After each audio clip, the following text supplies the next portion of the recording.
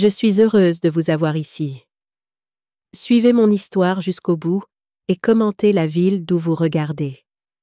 Ils m'ont enfermée dans la salle de bain pendant 12 heures pour une douche chaude. Oui, vous avez bien lu. Mon propre fils m'a piégée là-dedans, mouillée, frigorifiée et seule, parce que j'avais gaspillé de l'eau chaude. J'avais 57 ans, des décennies de carrière d'infirmière derrière moi, et je tremblais dans cette salle de bain, comme une prisonnière. Mais ils n'avaient jamais imaginé que je possédais encore l'acte de propriété de la villa. 3 semaines plus tard, je l'ai vendue pendant qu'ils étaient au travail, et j'ai quitté le pays pour toujours. Mais laissez-moi commencer par le début. La chambre d'hôpital était sombre, à l'exception de la ligne verte continue traçant le rythme cardiaque de Jean sur le moniteur. Mon mari semblait plus petit que dans mon souvenir, comme si le cancer avait effacé ses contours, ne laissant que l'essence de l'homme que j'avais aimé pendant 30 ans. Je lui tenais la main, sachant tous les deux que nous comptions les heures, pas les jours. Sa peau était fine comme du papier, mais sa poigne était encore ferme, toujours mon encre. « Laura », murmura-t-il, sa voix rauque à cause des médicaments. « Promets-moi que tu protégeras Raphaël. » J'ai ravalé mes larmes. Je le ferai. Mais les yeux de Jean croisèrent les miens, plus clairs qu'ils ne l'avaient été depuis des jours. « Protège-toi aussi. » J'ai hoché la tête, la gorge trop nouée pour parler. Jean attrapa la petite boîte en bois sur sa table de chevet. Ses mains tremblaient en l'ouvrant, révélant sa montre en argent et un délicat médaillon que je n'avais jamais vu auparavant. « La montre est pour Raphaël quand il obtiendra son diplôme de médecine, » dit-il. « Et ça ?» Il souleva le médaillon. « C'est pour toi. » Je le pris, les doigts tremblants. À l'intérieur, il y avait une photo de Jean en blouse blanche de médecin d'un côté, et de l'autre, Raphaël à 5 ans, les yeux écarquillés d'émerveillement en tenant le stéthoscope de son père. « C'est notre promesse, » murmurai-je en le fermant autour de mon cou. « Il ne se sentira jamais seul. » Jean esquissa un faible sourire, mais ses yeux exprimaient quelque chose de plus profond, quelque chose que je ne comprendrais que des années plus tard. Il glissa une enveloppe de sous son oreiller et la pressa dans mes mains. « N'ouvre pas ça maintenant, » dit-il. « Garde-la pour le moment où tu auras le plus besoin de conseils. » Quand quelque chose se brisera, j'ai glissé l'enveloppe dans mon sac à main sans poser de questions, ne réalisant pas qu'il faudrait des années avant que je lise ces mots. Les machines se sont tues 3 jours plus tard. Je n'ai ni crié, ni ne me suis effondrée. J'ai simplement serré le médaillon et une promesse dont je ne réalisais pas encore qu'elle me coûterait tout. Le jour où nous avons enterré Jean, le ciel était d'un bleu impossible, trop beau pour le deuil. Raphaël, âgé de seulement 10 ans, se tenait à côté de moi près de la tombe, sa petite main serrant la mienne si fort que ça me faisait mal. « Est-ce qu'on va s'en sortir, maman ?» demanda-t-il, sa voix fluette face à l'énormité de notre perte. Je me suis agenouillée à ses côtés, les yeux dans les yeux. « Nous nous aurons toujours l'un l'autre ?» ai-je promis. « Et c'est tout ce dont nous avons besoin. » Il a hoché la tête, des larmes coulant sur ses joues. Je les ai essuyées et je l'ai serré contre moi, respirant l'odeur de ses cheveux. À cet instant, j'aurais tout donné pour le protéger de la douleur. Je n'avais simplement jamais imaginé que j'aurais besoin que quelqu'un me protège de lui. Les premières années, après la mort de Jean, passèrent dans un flou de gardes doublés et d'appartements vides. Je prenais toutes les missions d'infirmière que je pouvais. Nuit, week-end, jours fériés. Les autres infirmières m'appelaient Sainte Laura. Elles ne me voyaient pas pleurer dans ma voiture avant mes gardes ou m'endormir au milieu du dîner. Les saintes ne dorment pas. Les saintes ne mange pas correctement. Les saintes sourient à travers l'épuisement et rentrent dans des pièces silencieuses. Je me glissais dans la chambre de Raphaël au lever du soleil, après mes gardes de nuit. Je lui embrassais le front et je laissais un déjeuner avec un mot glissé à l'intérieur. Des petites blagues, des dessins de bonshommes allumettes, toujours signés d'un « je t'aime jusqu'à la lune et retour ». Nous vivions de coupons de réduction et de courses en promotion. J'ai rapiécé la même paire de chaussures d'infirmière 2 fois. J'ai porté le manteau d'hiver de Jean pendant des années. Les manches étaient trop longues, mais son poids était réconfortant, comme s'il me tenait encore. Raphaël devint grand et brillant, tout comme son père. Il excellait en sciences, gagnait des concours, obtenait des crédits universitaires en avance. Je le louais comme s'il était le soleil. Je le protégeais comme s'il était de verre. « Maman, j'ai été acceptée en première année de médecine », annonça-t-il un soir, agitant la lettre d'acceptation. Il avait 17 ans, grand et dégingandé, avec les yeux et le sourire de Jean. Mon cœur se gonfla de fierté et de douleur. « Comme ton père », murmurai-je en écartant les cheveux de ses yeux. « Tu porteras la blouse blanche, toi aussi. »« Je n'aurais pas pu le faire sans toi, » dit-il en me serrant fort dans ses bras. Ces mots résonneraient dans mon esprit des années plus tard, lorsqu'il oublierait qui avait rendu son succès possible. J'ai économisé chaque centime pour ses études de médecine, les pourboires de mon anniversaire, les remboursements d'impôts, les heures supplémentaires. J'ai sauté des rendez-vous chez le médecin pour payer ses manuels. J'ai reporté la réparation du toit qui fuyait pour payer ses frais de laboratoire. « Maman, tu dois prendre soin de toi aussi », disait parfois Raphaël, remarquant mon épuisement. Je souriais et balayais son inquiétude d'un geste de la main. « Je vais bien. Tes études passent en premier. » Ce que je ne lui disais pas, c'est que j'avais commencé à rationner mes médicaments pour la tension artérielle pour économiser de l'argent, ou que je restais dans les supermarchés, calculant si je pouvais me permettre à la fois le dîner et ses frais d'inscription.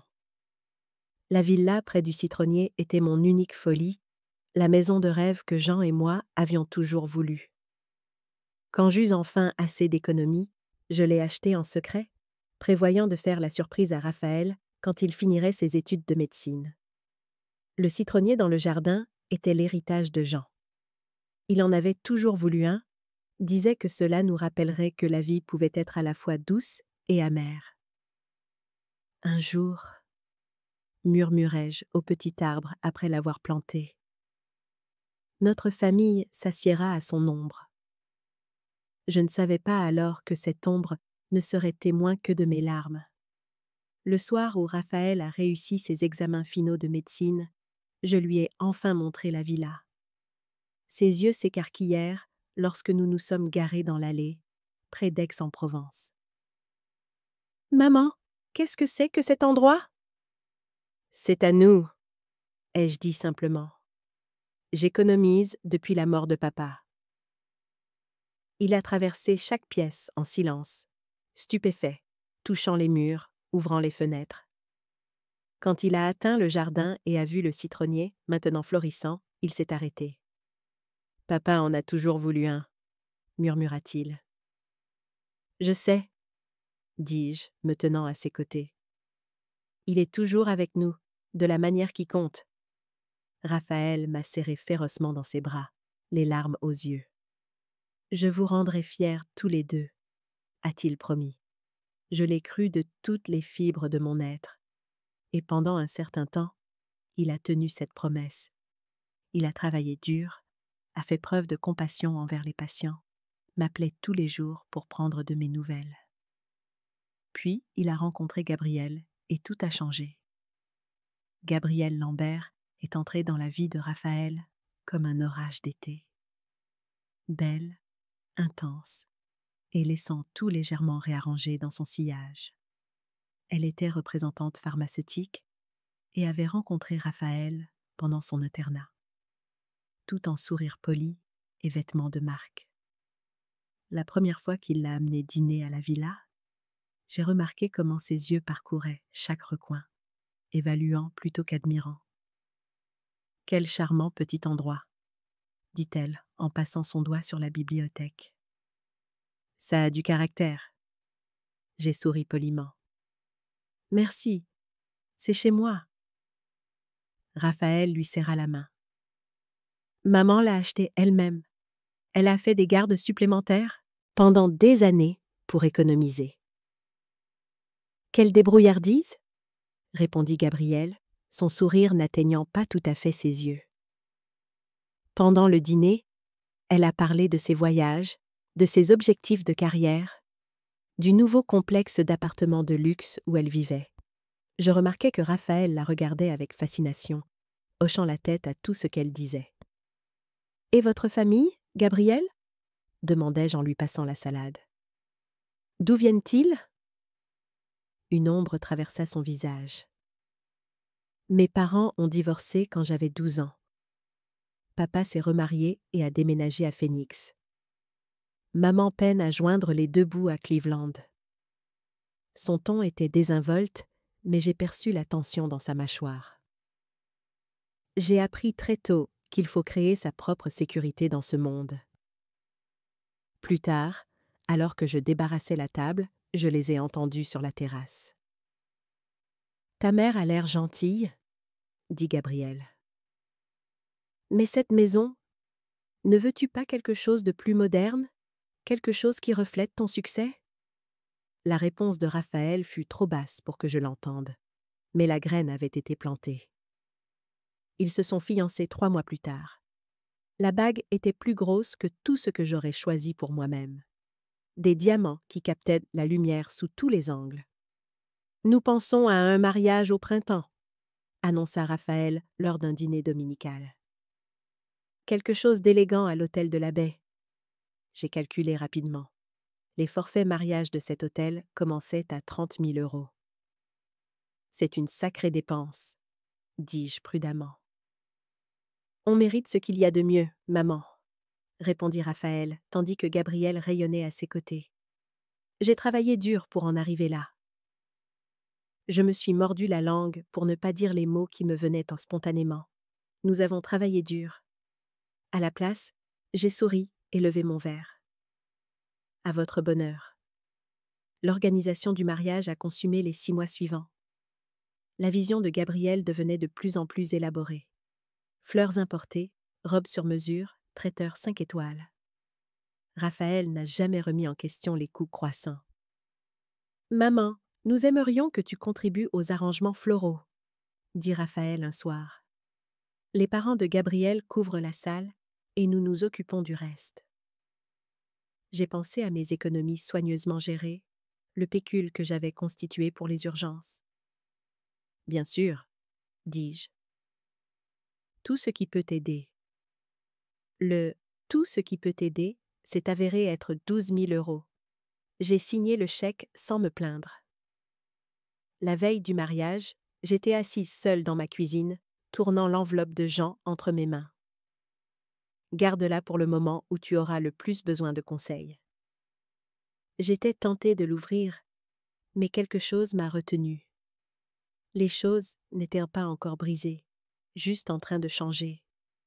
Tous les parents voient en vaisseau leurs enfants s'éloigner d'eux. C'était naturel. Le mariage était une vitrine de richesse et de style. Gabrielle flottait dans l'allée en soie ivoire qui coûtait probablement plus que 3 mois de mon salaire d'infirmière. Raphaël était beau et nerveux dans son smoking, ressemblant tellement à Jean que mon cœur se serra. Je portais une simple robe bleue que j'avais trouvée en solde, ma seule extravagance étant la coiffure professionnelle sur laquelle Gabrielle avait insisté. « Tu es magnifique, maman, » dit Raphaël en m'embrassant sur la joue avant la cérémonie. « Toi aussi, » murmurai-je en redressant sa cravate. « Ton père serait fier. » À la réception, j'étais assise à la table 12, loin de la table d'honneur. Les centres de table étaient plus hauts que la hauteur de conversation, isolant efficacement chaque invité. Je reconnaissais peu de visages. « Et vous êtes ?» demanda la femme à côté de moi, un cocktail à la main. « Laura Pérez, » dis-je, la mère de Raphaël. « Oh !» Elle parut surprise.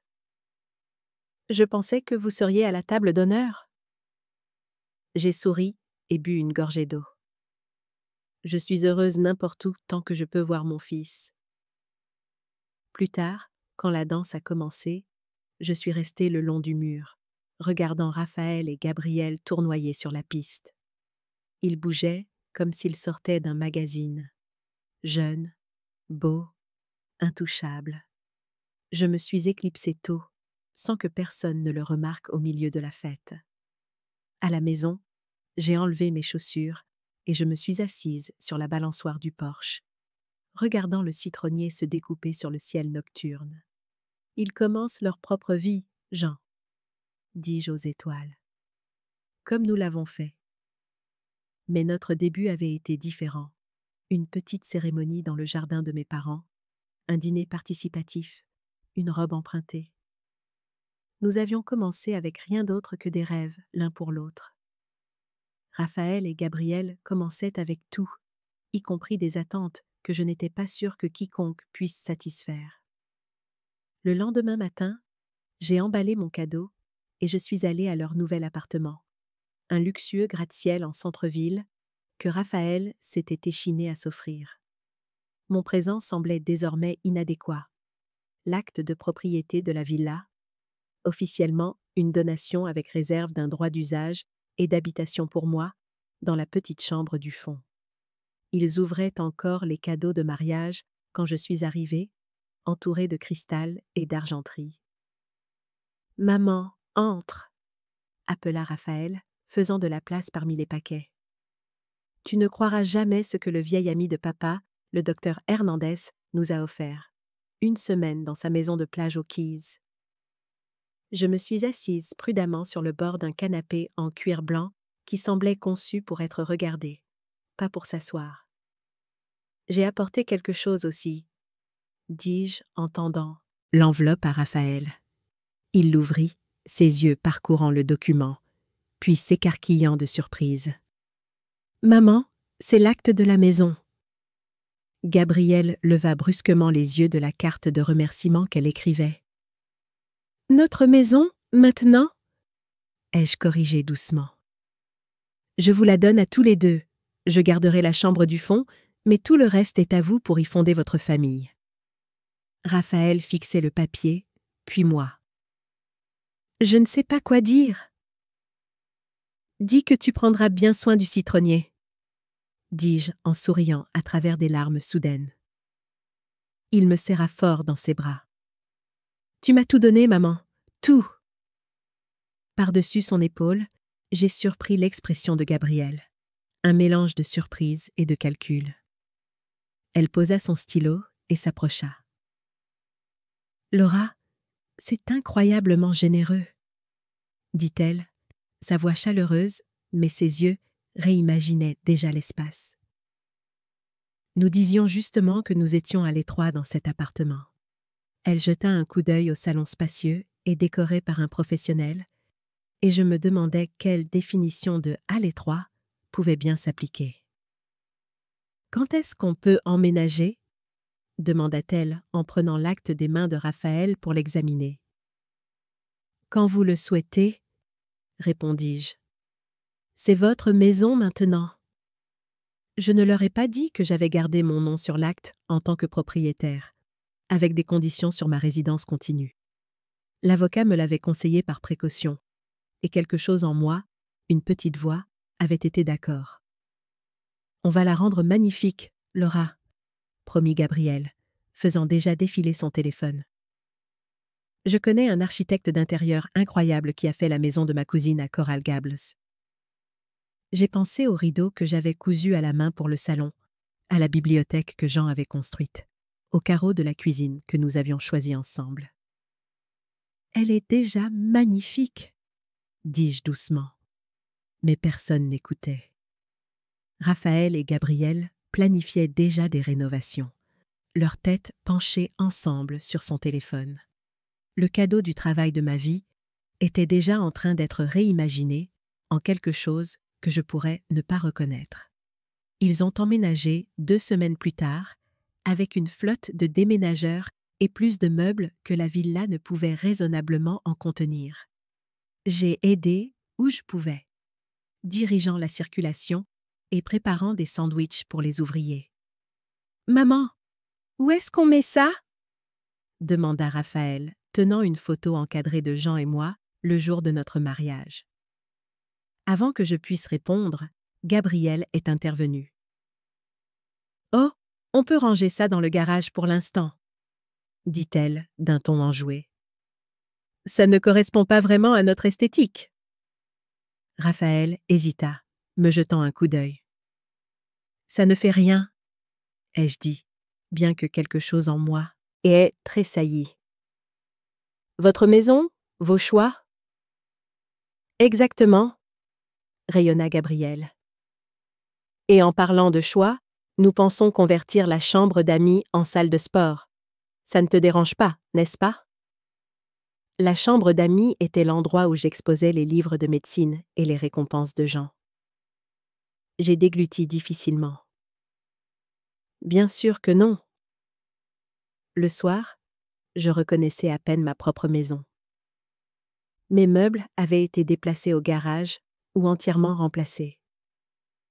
Les couleurs chaudes que j'avais choisies étaient maintenant déclarées démodées et programmées pour être repeintes.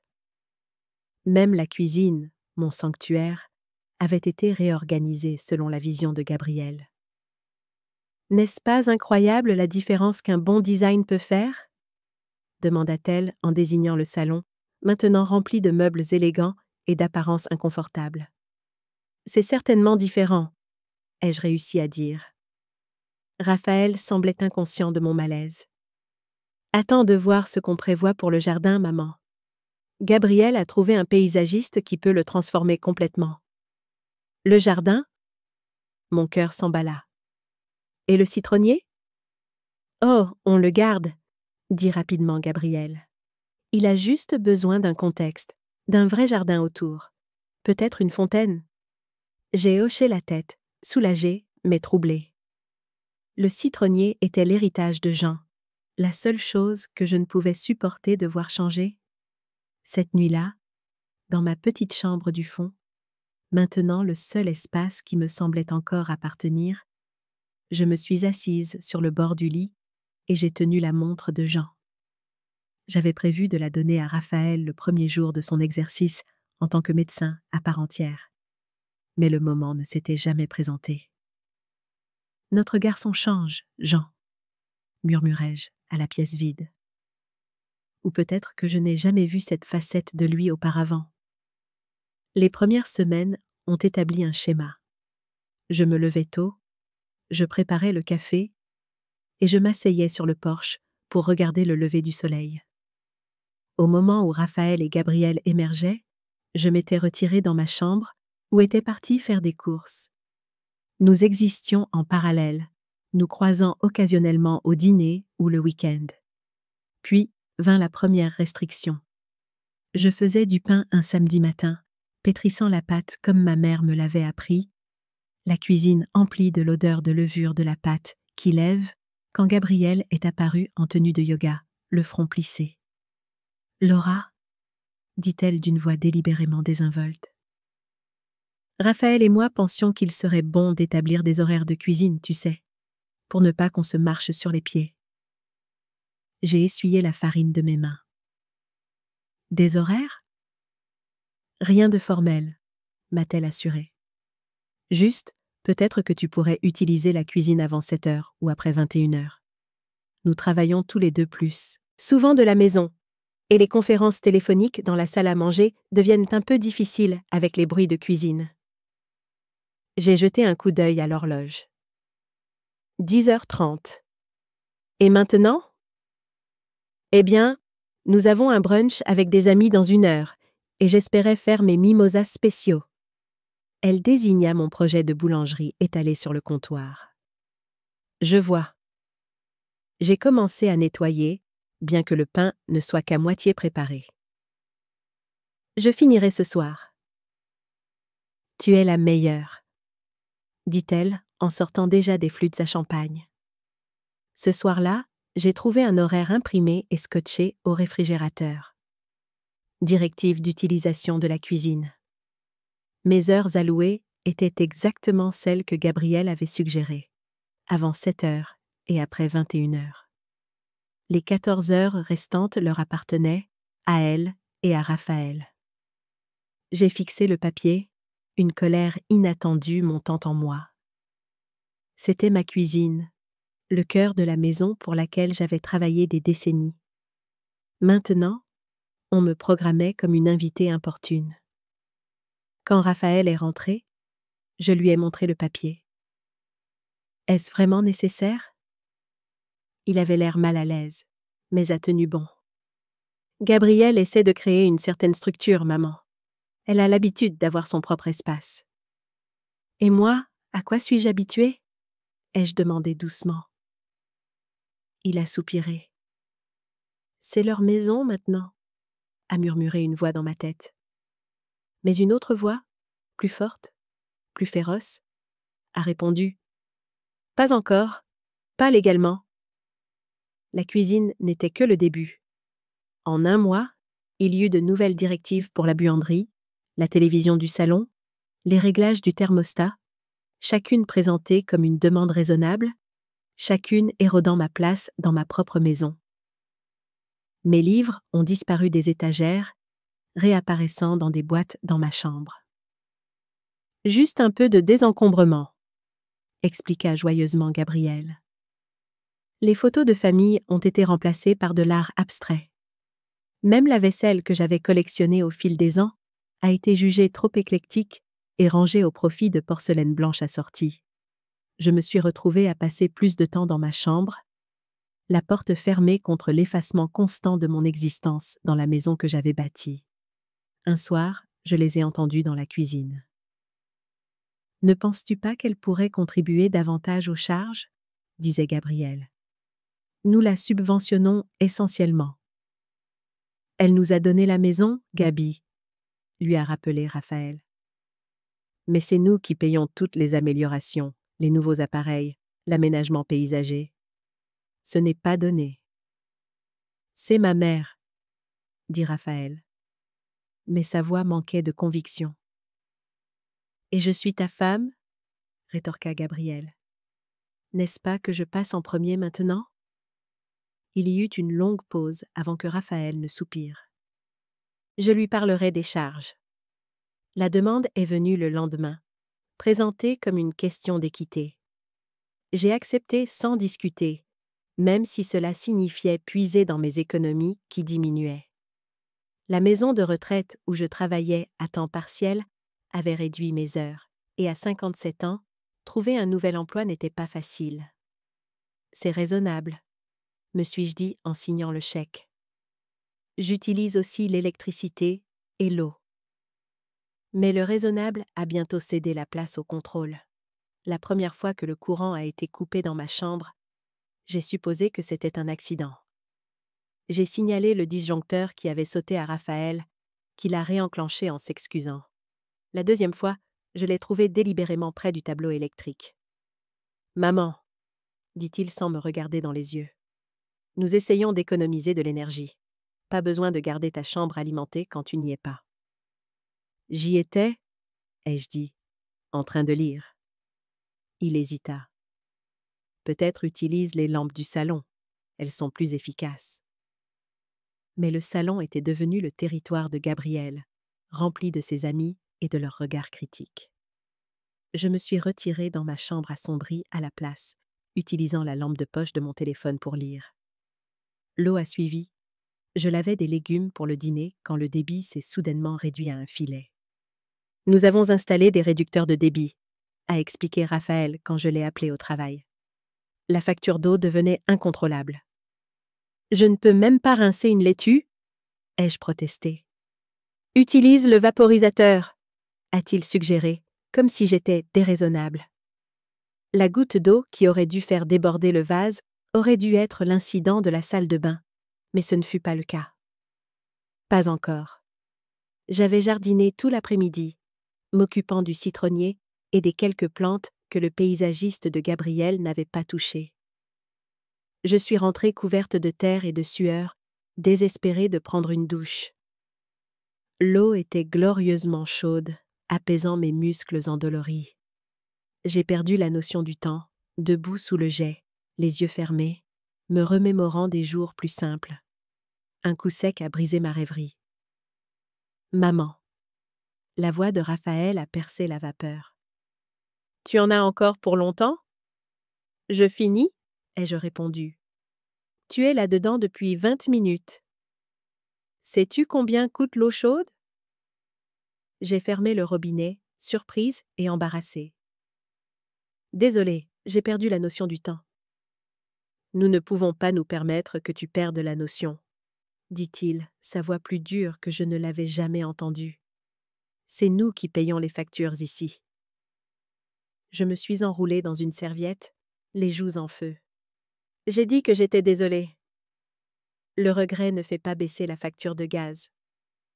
Il s'est éloigné, me laissant dégoulinante et humiliée. Ce soir-là, j'ai trouvé un minuteur attaché à la porte de la salle de bain. 10 minutes maximum, écrit dans l'écriture fluide de Gabriel. Je l'ai enlevé et je l'ai placé sur la commode de Raphaël avec un mot. Je t'ai mieux élevé que ça. Le minuteur est réapparu le lendemain. Cette fois, vissé dans la porte. J'ai commencé à chronométrer mes douches de manière obsessionnelle. 5 minutes, pas plus. Je lavais la vaisselle à l'eau froide. J'éteignais les lumières, même quand j'étais dans la pièce. Je débranchais les appareils. Tout pour éviter une autre confrontation. Pourtant, ce n'était pas assez. Ta mère a encore utilisé la climatisation pendant notre absence. J'ai entendu Gabriel le dire à Raphaël un soir. Le thermostat intelligent l'a enregistré. Je lui parlerai? Soupira Raphaël, l'air fatigué. Parler ne semble pas fonctionner, répondit Gabriel. Peut-être avons-nous besoin d'un arrangement différent? Je me suis figée dans le couloir, le cœur battant. Prévoyait-il de me demander de partir? Où irais-je? Mes économies étaient presque épuisées par ma contribution à leur ménage et le subventionnement des études de Raphaël. Je n'avais pas d'autre famille, pas d'amis proches à proximité. Pour la première fois, une peur réelle m'a saisie. Je me suis retirée dans ma chambre et je me suis assise sur le bord du lit, serrant le médaillon de Jean. « Qu'est-ce que je dois faire ?» murmurai-je en l'ouvrant pour voir son visage souriant me répondre. Mes doigts effleurèrent quelque chose d'autre. Le bord de son enveloppe, toujours fermée après toutes ces années. Je l'avais gardée dans ma table de chevet, la réservant pour le moment où j'aurais vraiment besoin de conseils. Était-ce le moment? Était-ce à cela que ressemblait être brisé? Pas encore, ai-je décidé. La situation était tendue, mais réparable. Raphaël était toujours mon fils. Il était juste influencé, stressé. Il se souviendrait de ce que nous étions l'un pour l'autre avec le temps. J'ai fermé le médaillon et j'ai redressé les épaules. Demain serait meilleur. Je ferais plus d'efforts, serais moins visible, aurais besoin de moins d'espace. Mais en me préparant pour la nuit, vérifiant que mon téléphone était chargé puisque l'ampoule de ma lampe de chevet avait mystérieusement disparu, j'ai aperçu mon reflet dans le petit miroir au-dessus de ma commode. La femme qui me regardait était une étrangère, les épaules voûtées, les yeux méfiants, la bouche figée en une fine ligne de prudence perpétuelle. Quand étais-je devenue cette personne? Cette ombre se glissant dans les couloirs, comptant les minutes sous la douche, s'excusant d'exister. « Ce n'est pas moi, » murmurai-je à mon reflet. « Ce n'est pas la femme que Jean aimait. Ce n'est pas la mère que Raphaël respectait. » Quelque chose a changé en moi à ce moment-là. Pas de la colère, pas encore. Juste une prise de conscience, une reconnaissance silencieuse que quelque chose de fondamental avait changé dans ma relation avec mon fils. Et peut-être que cela ne pouvait pas être changé. Je ne savais pas alors que dans seulement 3 jours, tout volerait en éclats. Que je me retrouverais enfermée dans la salle de bain, tremblant dans une fine serviette pendant 12 heures, pendant que mon fils et sa femme regardaient la télévision de l'autre côté de la porte. Je ne savais pas que j'ouvrirais enfin la lettre de Jean et que je trouverais la force de reprendre ma vie en main. Je savais seulement, debout là, dans la faible lumière de l'écran de mon téléphone, que je disparaissais une restriction à la fois et que d'une manière ou d'une autre, je devais retrouver mon chemin vers moi-même avant qu'il n'y ait plus rien à trouver. Le citronnier bruissait devant ma fenêtre, ses branches frôlant la vitre comme des doigts, essayant de me réveiller d'un long sommeil. « Je suis toujours là », lui murmurai-je, à Jean, à moi-même. « Je suis toujours là. » Mais pour combien de temps encore? Je ne pouvais pas le dire. C'est arrivé un mercredi, le genre de journée ordinaire qui ne prévient pas avant de changer votre vie pour toujours. Le matin s'est levé clair et chaud. Le soleil typique du sud de la France filtrait à travers les stores. J'étais debout depuis 5h30, veillant à finir mon café et mes tartines avant le début des heures de cuisine de Gabriel. Le citronnier avait besoin d'attention. L'arbre de Jean avait développé des taches brunes sur certaines feuilles. J'ai donc passé l'après-midi dans le jardin à tailler, fertiliser et lui parler doucement comme s'il pouvait comprendre mes inquiétudes. « On va s'en sortir », murmurai-je en tapotant le tronc comme le faisait Jean. « On trouve toujours un moyen. » Le soir, mes articulations me faisaient mal d'être restée à genoux dans la terre. Mes vêtements étaient tachés de terre et la sueur me collait à la peau. J'ai attendu 19h30, heure à laquelle Raphaël et Gabriel regardaient habituellement leurs émissions pour me glisser inaperçue dans la salle de bain. L'eau chaude était un paradis contre mes muscles fatigués. La vapeur s'élevait autour de moi, embuant le miroir et m'enveloppant d'un confort momentané.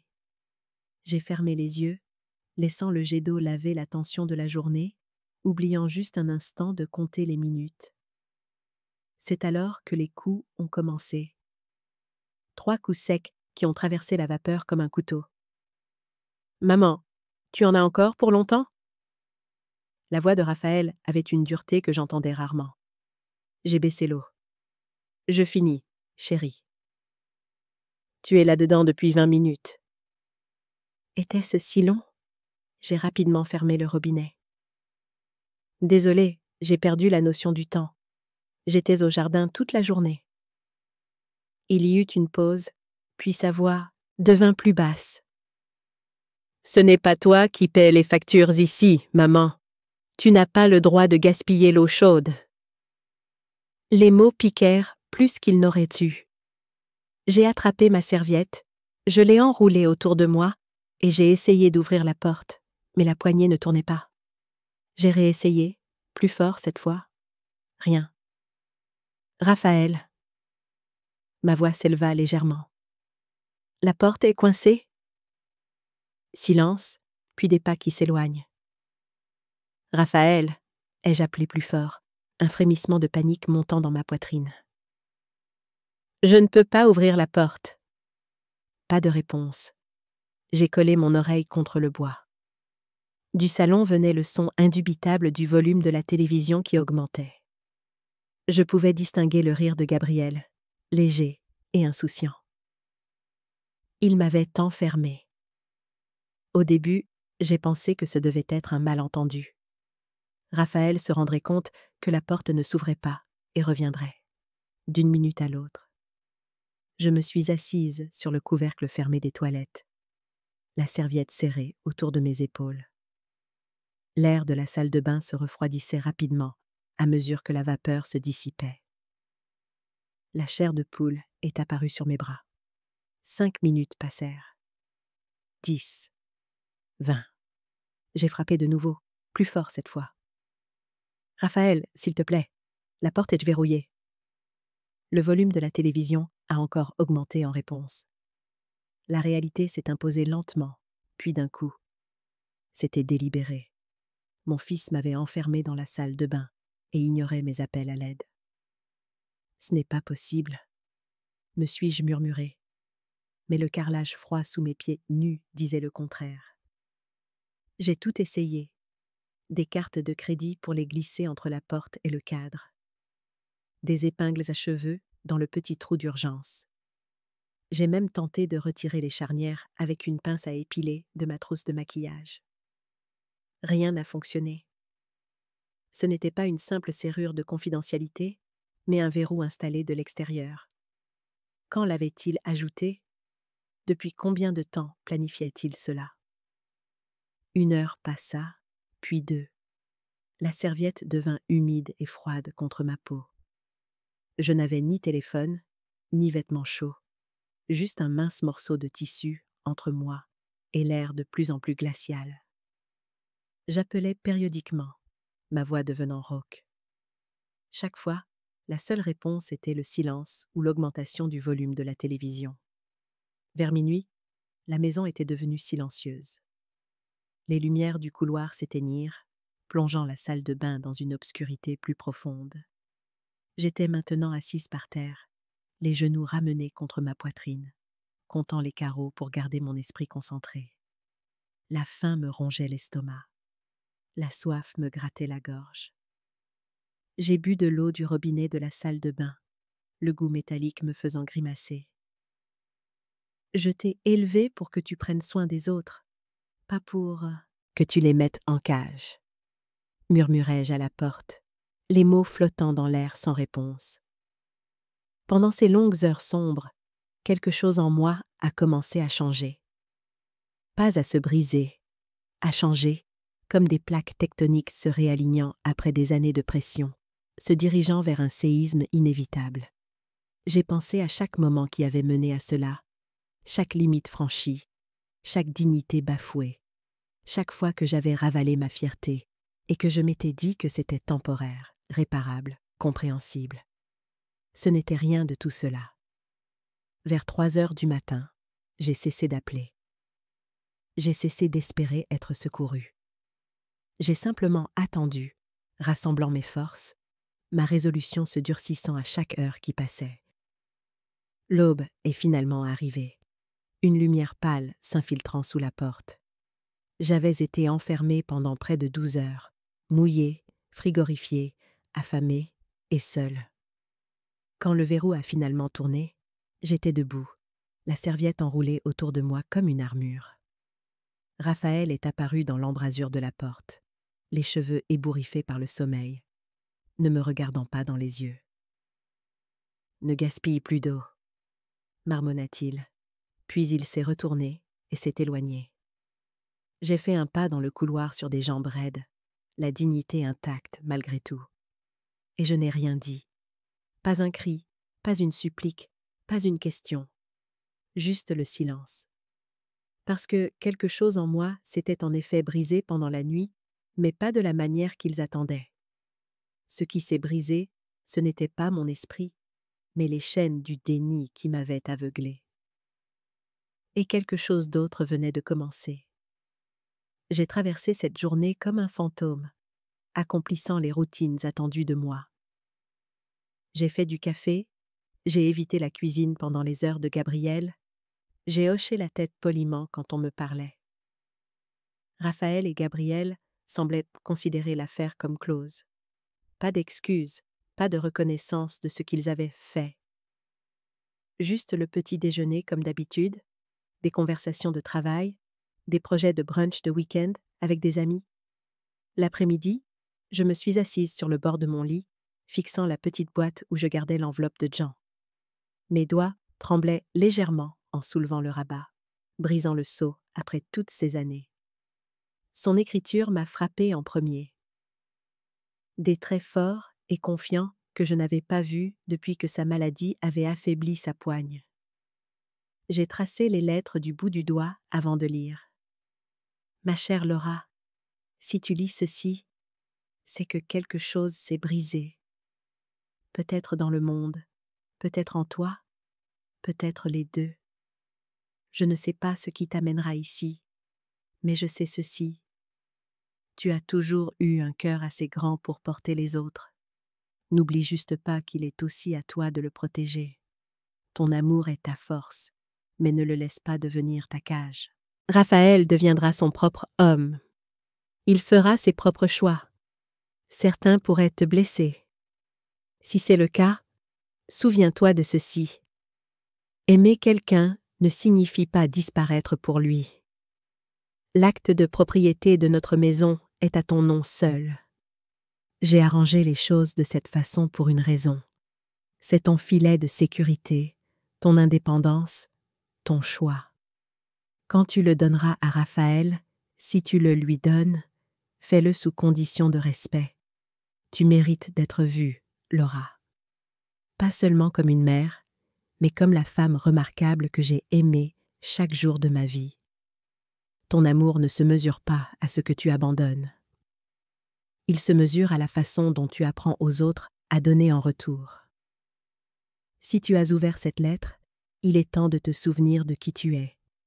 Tiens-toi droite, parle clairement. Choisis-toi. Je suis avec toi, toujours. Jean. Une larme est tombée sur le papier, faisant baver l'encre.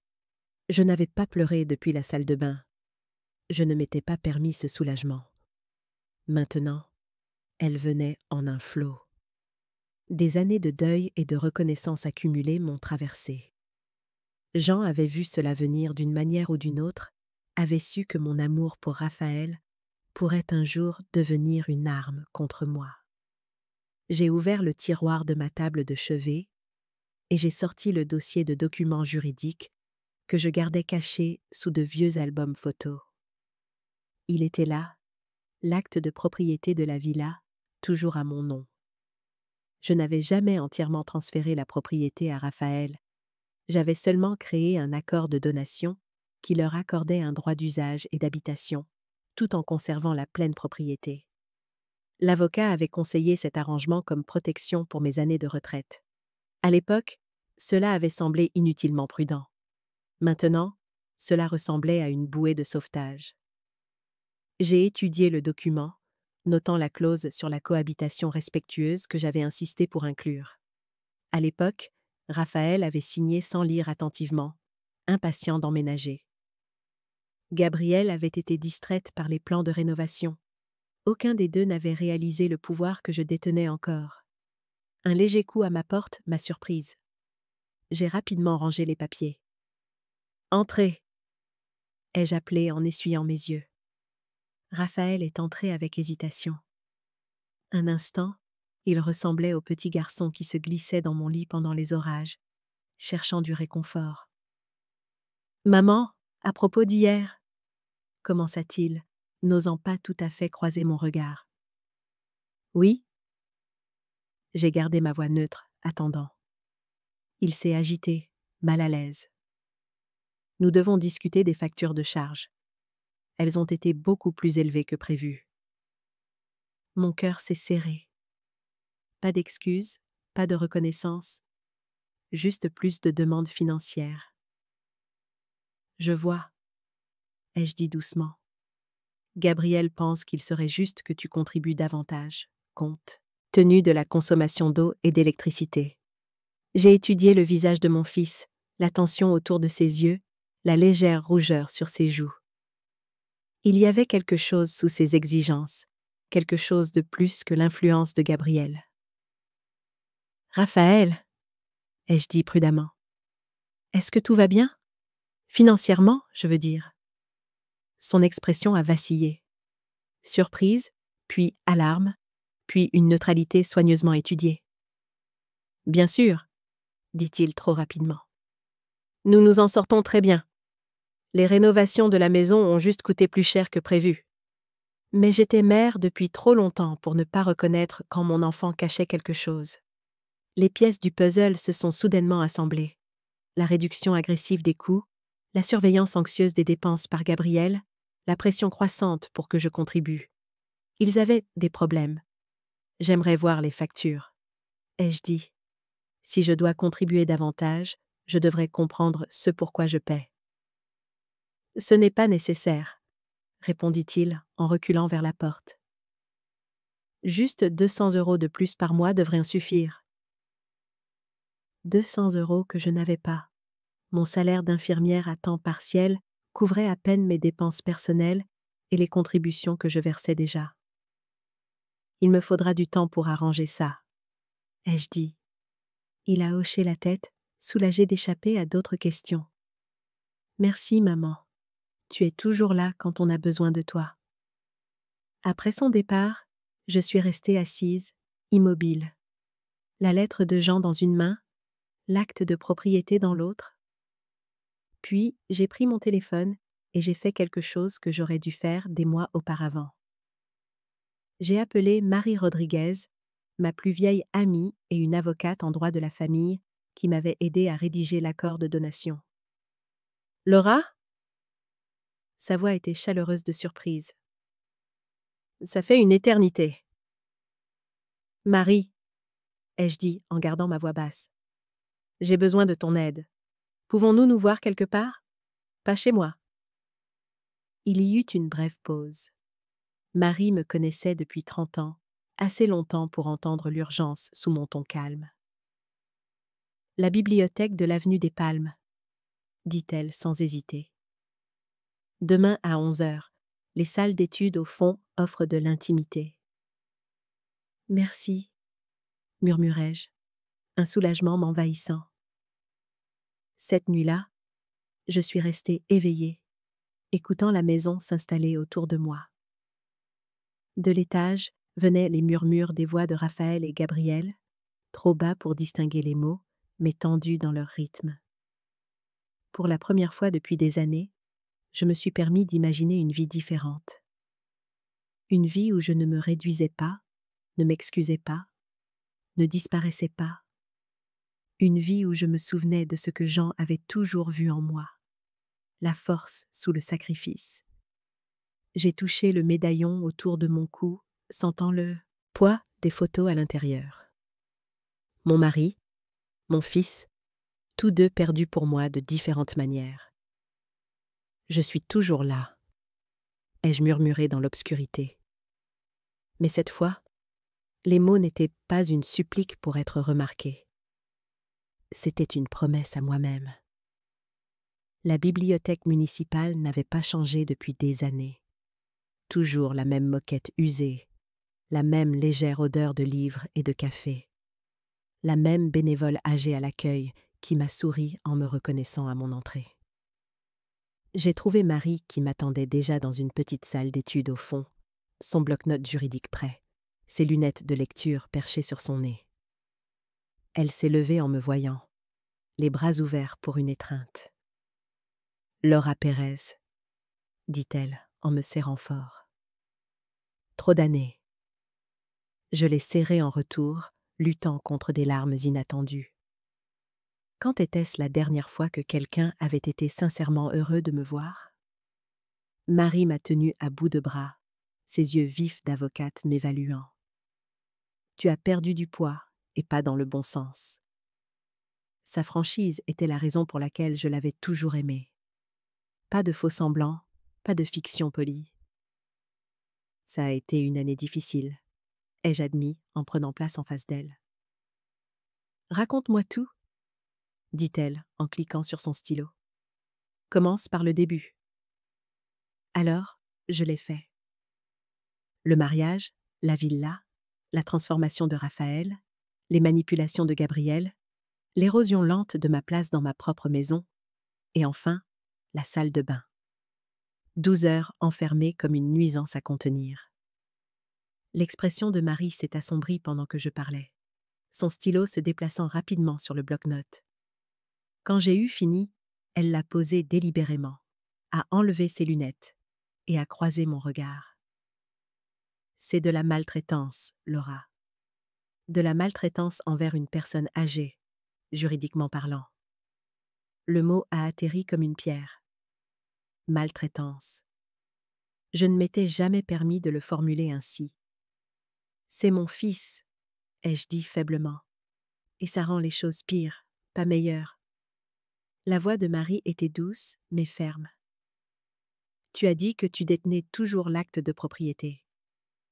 J'ai hoché la tête, sortant le dossier de mon sac.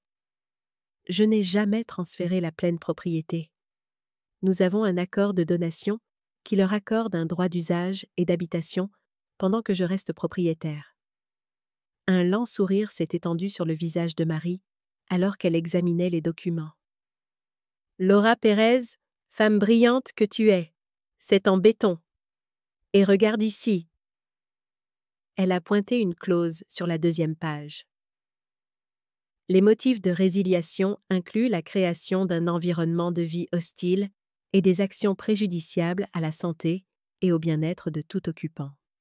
Être enfermé dans une salle de bain pendant 12 heures entre définitivement dans cette catégorie.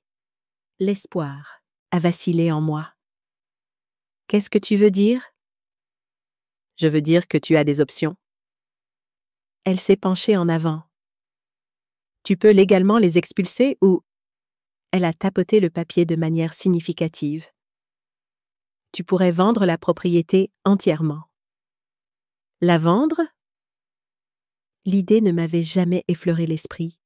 La villa était notre maison de famille, l'endroit pour lequel j'avais travaillé des décennies, la terre où poussait le citronnier de Jean. Marie a observé mon visage. Pense-y, c'est tout. Tu mérites la paix, Laura, et la sécurité financière. Elle m'a aidé à rédiger une lettre formelle documentant l'incident de la salle de bain et d'autres comportements préoccupants, à conserver comme preuve si nécessaire. Puis, elle a posé la question que j'avais évitée. Que veux-tu, Laura? Pas ce que Raphaël veut ou ce que tu penses que tu devrais vouloir. Que veux-tu, toi? J'ai fermé les yeux, cherchant une réponse honnête. Je veux me souvenir de qui j'étais avant de devenir invisible. Je veux me sentir en sécurité dans ma propre maison. Je veux dormir sans me demander si l'eau ou l'électricité seront coupées pour me punir. Et penses-tu que c'est possible avec Raphaël et Gabriel qui contrôlent encore la maison? La question flottait dans l'air entre nous. Au fond de moi, je connaissais déjà la réponse. J'ai besoin de temps pour réfléchir, ai-je dit finalement. Marie a hoché la tête, me tapotant la main. Prends tout le temps dont tu as besoin, mais sécurise d'abord tes documents importants. Acte de naissance, carte de sécurité sociale, dossier financier. Garde-les en lieu sûr, pas à la maison. Alors que je rassemblais mes affaires pour partir, Marie m'a arrêté d'un léger contact sur mon bras. « Encore une chose ?» dit-elle, son expression pensive. « J'ai des clients, un jeune couple, Michel et Hélène Fournier. Elle est infirmière comme toi.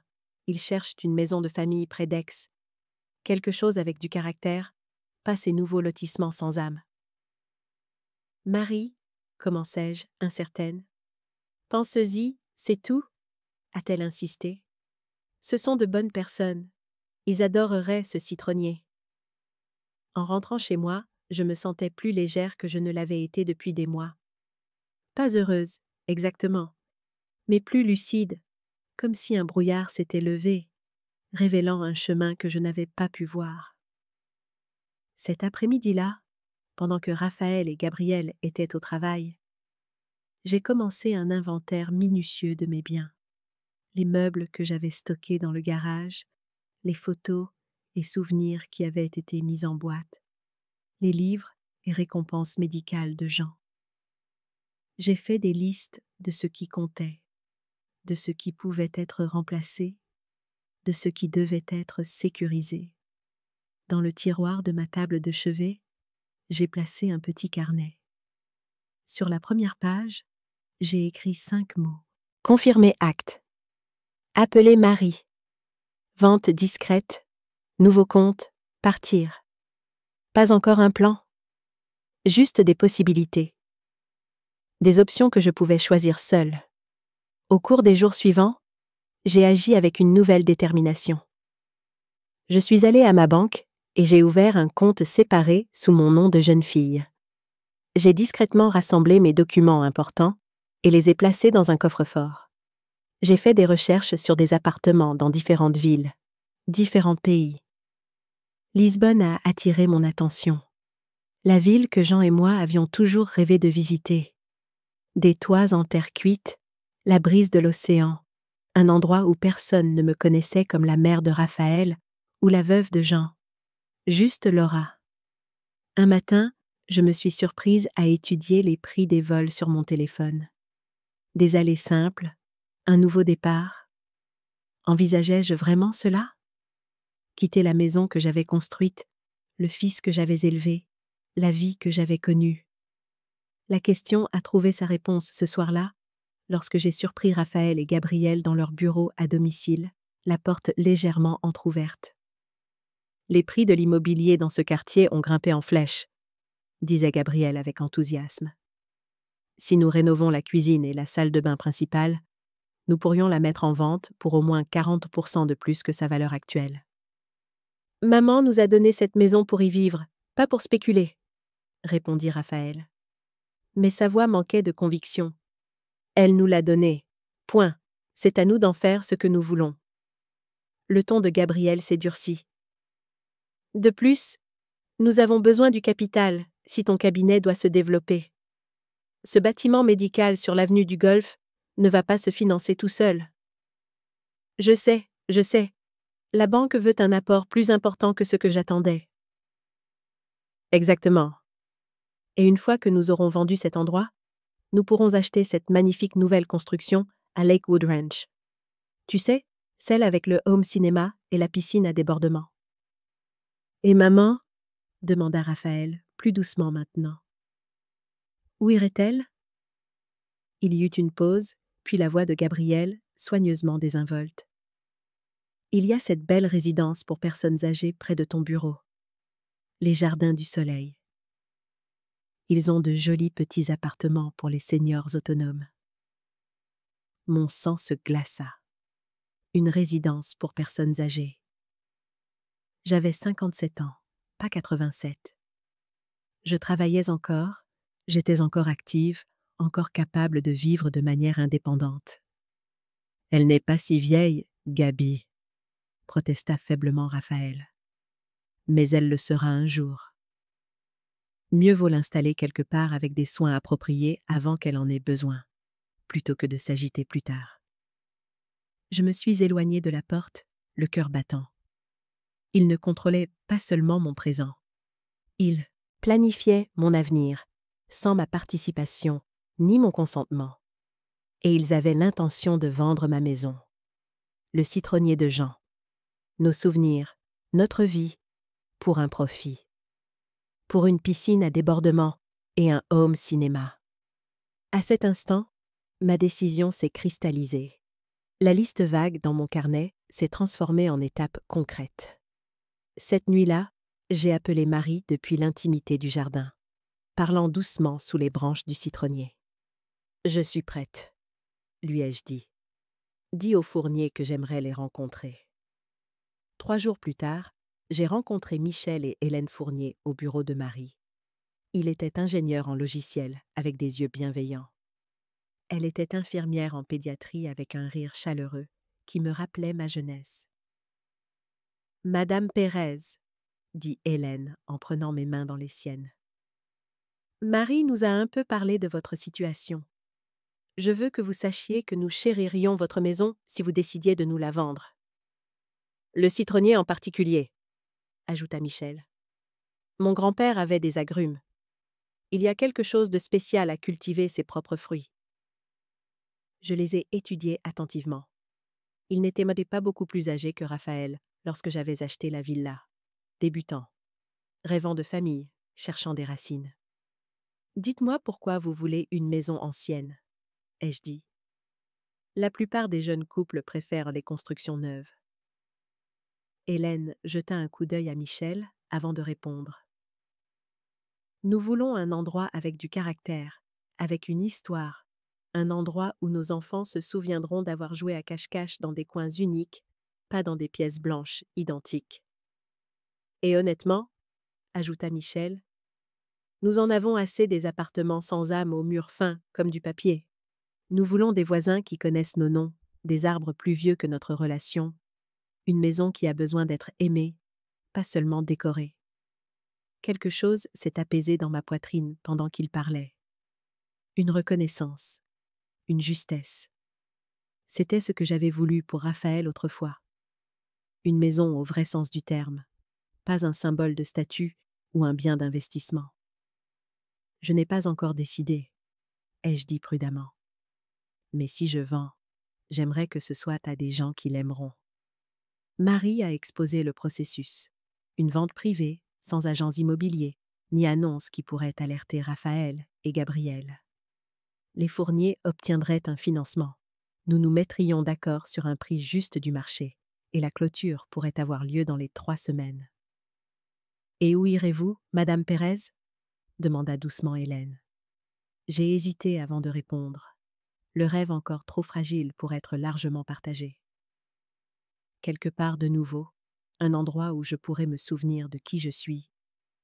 En rentrant chez moi, je me sentais étrangement calme. Pas heureuse.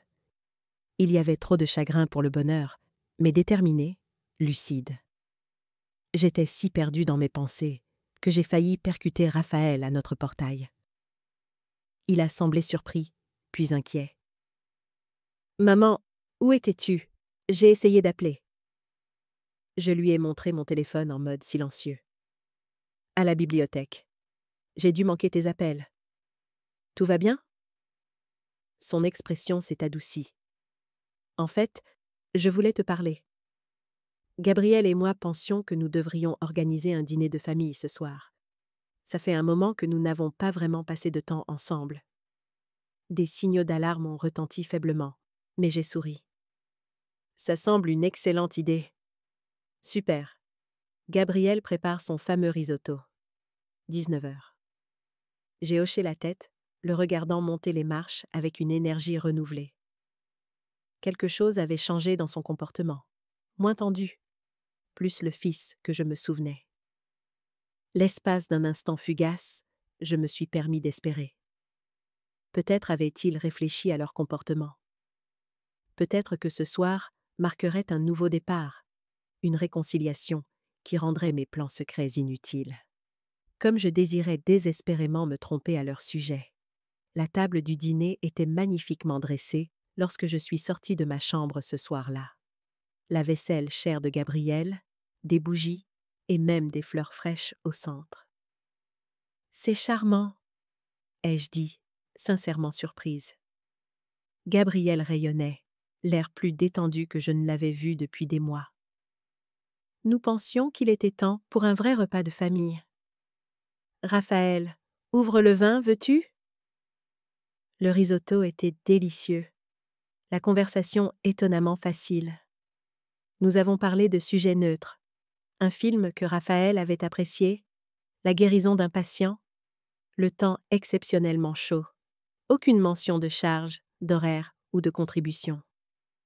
Au milieu du dîner, Raphaël s'est raclé la gorge. « Maman, nous avons réfléchi à l'avenir. » Ma fourchette s'est arrêtée à mi-chemin de ma bouche. « Oh, oui !»« Oui !» intervint Gabriel en douceur. « Nous réalisons que les choses ont été tendues ces derniers temps, et nous voulons arranger ça. » Raphaël hocha la tête avec ferveur. « Cette maison a tellement de potentiel. Nous avons discuté de quelques rénovations qui rendraient tout le monde plus à l'aise. »« Des rénovations ?» ai-je répété prudemment. « Rien de drastique, » m'a assuré Gabriel. « Juste moderniser la cuisine, agrandir la suite parentale, peut-être convertir la petite pièce où tu es maintenant en une véritable suite d'invités pour toi. » Ma petite chambre, le seul espace qui me restait. Maintenant, il voulait l'améliorer aussi. « On pourrait ajouter une entrée privée ?» a poursuivi Raphaël avec enthousiasme. « Te donner plus d'indépendance. » Ou faciliter ma séparation de la maison principale, ai-je pensé. « Et le meilleur ?» ajouta Gabriel en se penchant en avant d'un air conspirateur. « Une fois les rénovations terminées, la valeur de la propriété augmentera considérablement. C'est un investissement intelligent pour nous tous. » C'était donc ça. Pas une réconciliation, une préparation.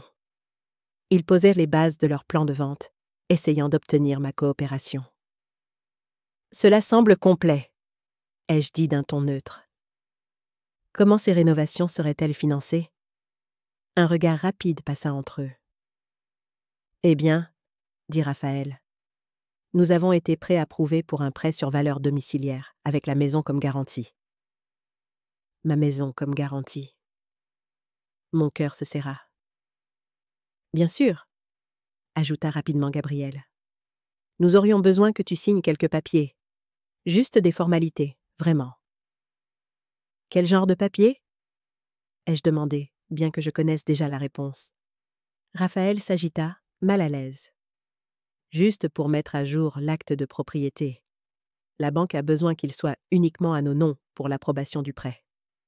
Et voilà, le véritable but de ce chaleureux dîner de famille. Ils avaient besoin de ma signature pour prendre la pleine propriété, pour utiliser le travail de ma vie pour leurs ambitions.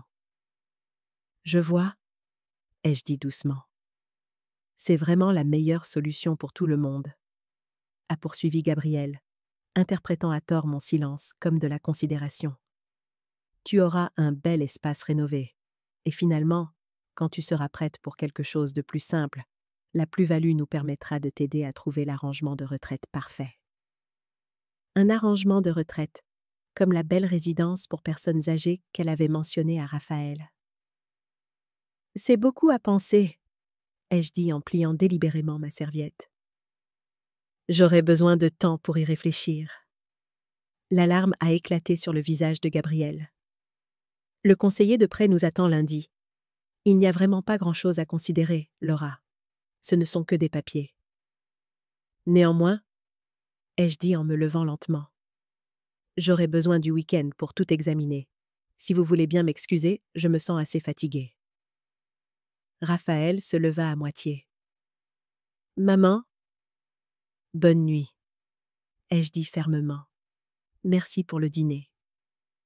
Dans ma chambre, je me suis appuyée contre la porte fermée, le cœur battant. Ils accéléraient leur plan. Lundi n'était que dans 4 jours, ce qui signifiait que je devais accélérer les miens aussi. Les mains tremblantes, j'ai sorti mon carnet et mon stylo. J'ai barré mon calendrier provisoire et j'en ai écrit un nouveau. Demain, finaliser la vente avec les fourniers. Vendredi, transférer les fonds sur le nouveau compte. Samedi, réserver un aller simple pour Lisbonne. Dimanche, préparer uniquement l'essentiel. Lundi matin, partir avant qu'il ne se réveille. Ce n'était pas comme ça que j'avais voulu que ça se termine. J'avais gardé l'espoir, aussi faible soit-il, que Raphaël se souviendrait de ce que nous avions été l'un pour l'autre, qu'il reconnaîtrait ce qu'il devenait et reculerait du bord du gouffre. Mais ce soir avait confirmé ce que je craignais. Mon fils était parti, remplacé par quelqu'un que je ne reconnaissais plus, quelqu'un prêt à manipuler, isoler et contrôler sa propre mère pour un gain financier. J'ai touché le médaillon autour de mon cou, l'ouvrant pour voir le visage souriant de Jean me répondre. « Je suis désolée », ai-je murmuré. J'ai essayé de le protéger. J'ai essayé de l'aimer assez, mais je ne peux plus disparaître pour lui. Devant ma fenêtre, les feuilles du citronnier bruissaient dans la brise nocturne, comme en signe d'accord. Demain marquerait le début de la fin, et peut-être, si j'étais assez courageuse, le début de quelque chose de nouveau. Dans l'obscurité de ma petite chambre, je me suis fait une dernière promesse. Plus de cages, même pas celle dorée construite par mon propre enfant. Il était temps de s'envoler.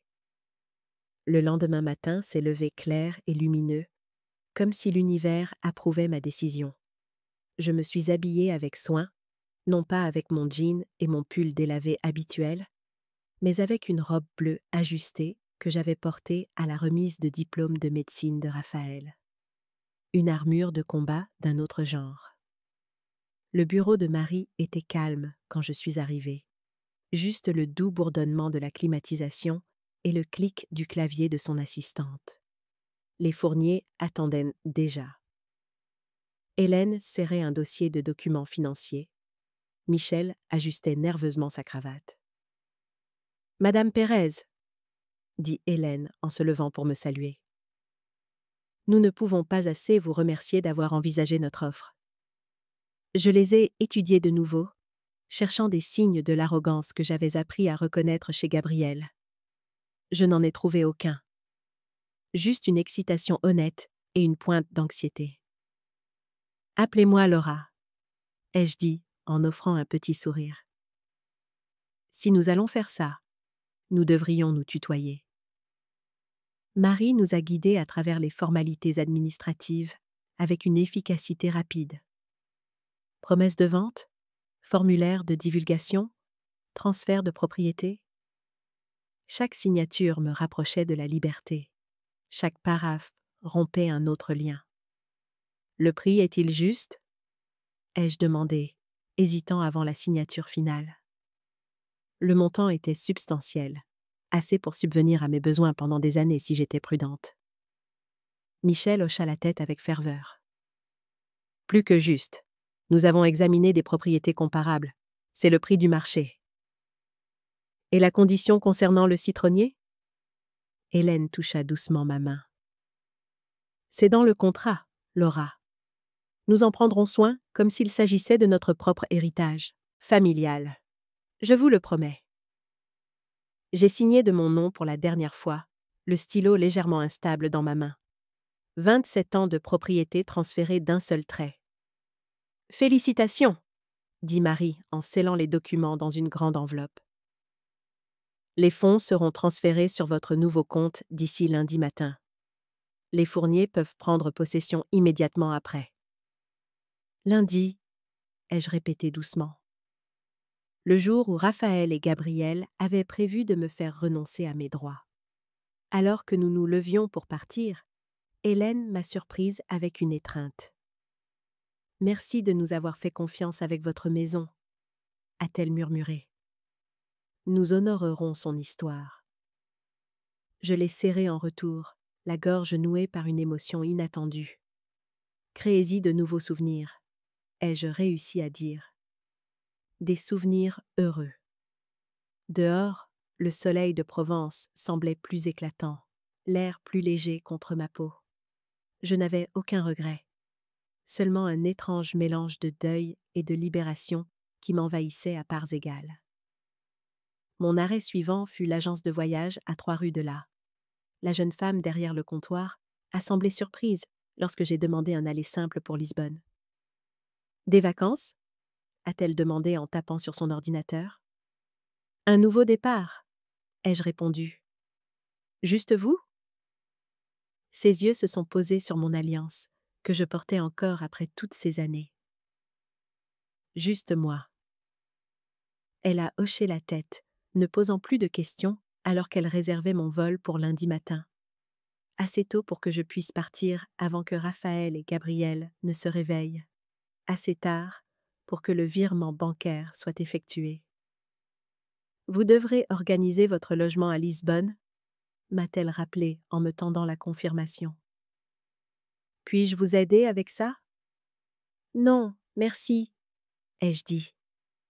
J'aimerais trouver mon chemin une fois sur place. La spontanéité de cette décision m'a surprise moi-même. Laura Pérez, qui avait planifié chaque moment de sa vie autour des besoins des autres pendant des décennies, embrassait maintenant l'incertitude. Le week-end s'est déroulé en préparatifs minutieux. J'ai trié mes affaires, ne sélectionnant que ce qui comptait le plus. La montre de Jean, nos photos de mariage, quelques livres précieux, des vêtements qui tiendraient dans une seule valise. Tout le reste pouvait être remplacé ou laissé derrière. Raphaël et Gabriel semblaient me sentir que quelque chose avait changé. Ils m'ont observé avec des regards confus lorsque j'ai refusé de dîner samedi, prétextant un mal de tête. Dimanche, Gabriel a tenu à me montrer des magazines de rénovation, encerclant des designs pour ton nouvel espace. J'ai hoché la tête et souri, disant peu de choses. « Tu te sens bien, maman ?» a demandé Raphaël dimanche soir, me trouvant sur la terrasse sous le citronnier. Tu as été silencieuse. J'ai regardé mon fils. Je l'ai vraiment regardé, me demandant quand il était devenu cet étranger aux yeux familiers. Je vais bien, ai-je dit, juste contemplative. Il s'est agité, mal à l'aise. À propos de demain? Le rendez-vous à la banque? Nous en parlerons demain, l'ai-je interrompu doucement. Tout sera clair alors. Il a semblé soulagé, prenant mon calme pour de l'acquiescement. Il m'a embrassé sur la joue avant de rentrer. Le premier geste affectueux depuis des mois. Je suis restée dehors alors que la nuit tombait, disant au revoir au citronnier, à la maison que j'avais aimée, à la vie que je choisissais de quitter. Mes doigts ont tracé l'écorce rugueuse une dernière fois. Il t'a planté, ai-je murmuré. Mais je t'ai soigné. Tu grandiras sans moi maintenant.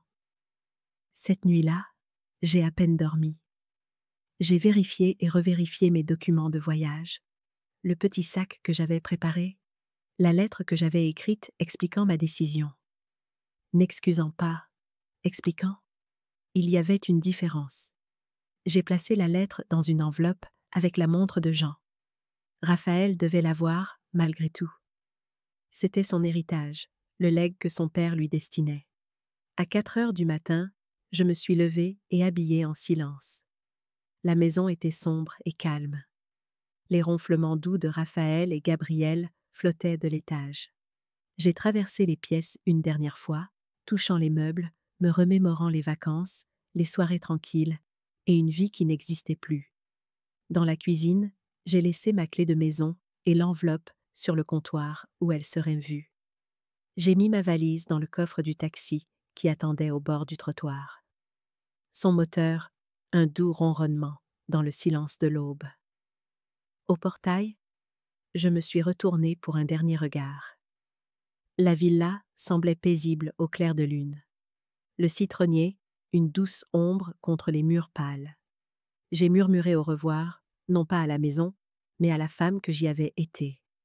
La femme qui s'était diminuée pour éviter les conflits, qui avait confondu sacrifice et amour. Le chauffeur de taxi m'a regardé dans le rétroviseur. « L'aéroport » a-t-il confirmé. « Oui, ai-je dit, ma voix stable. J'ai un avion à prendre. » Alors que nous nous éloignions, je n'ai pas regardé en arrière. Le chemin à venir était incertain, effrayant dans sa liberté, mais pour la première fois depuis des années, il était vraiment à moi de le choisir. Raphaël s'est réveillé à 7h15 au son de son réveil, tendant la main aveuglément pour le faire taire. À côté de lui, Gabriel s'est agité, marmonnant quelque chose à propos de café. « Je vais voir maman », a-t-il dit en enfilant un t-shirt. M'assurer qu'elle est prête pour le rendez-vous à la banque. La maison était silencieuse alors qu'il marchait dans le couloir, ce qui était inhabituel à cette heure. Normalement, je serais déjà dans la cuisine. Le café en train de couler, le petit déjeuner préparé malgré les restrictions qu'ils avaient imposées à mon utilisation de la cuisine. Maman. Raphaël a frappé à la porte de ma chambre, puis l'a ouverte quand aucune réponse n'est venue. La pièce était vide. Le lit fait au carré, les surfaces propres, mais visiblement différentes. La table de chevet était dépourvue de photos. La porte du placard était ouverte, révélant des étagères à moitié vides. Ma présence avait été réduite, condensée, enlevée.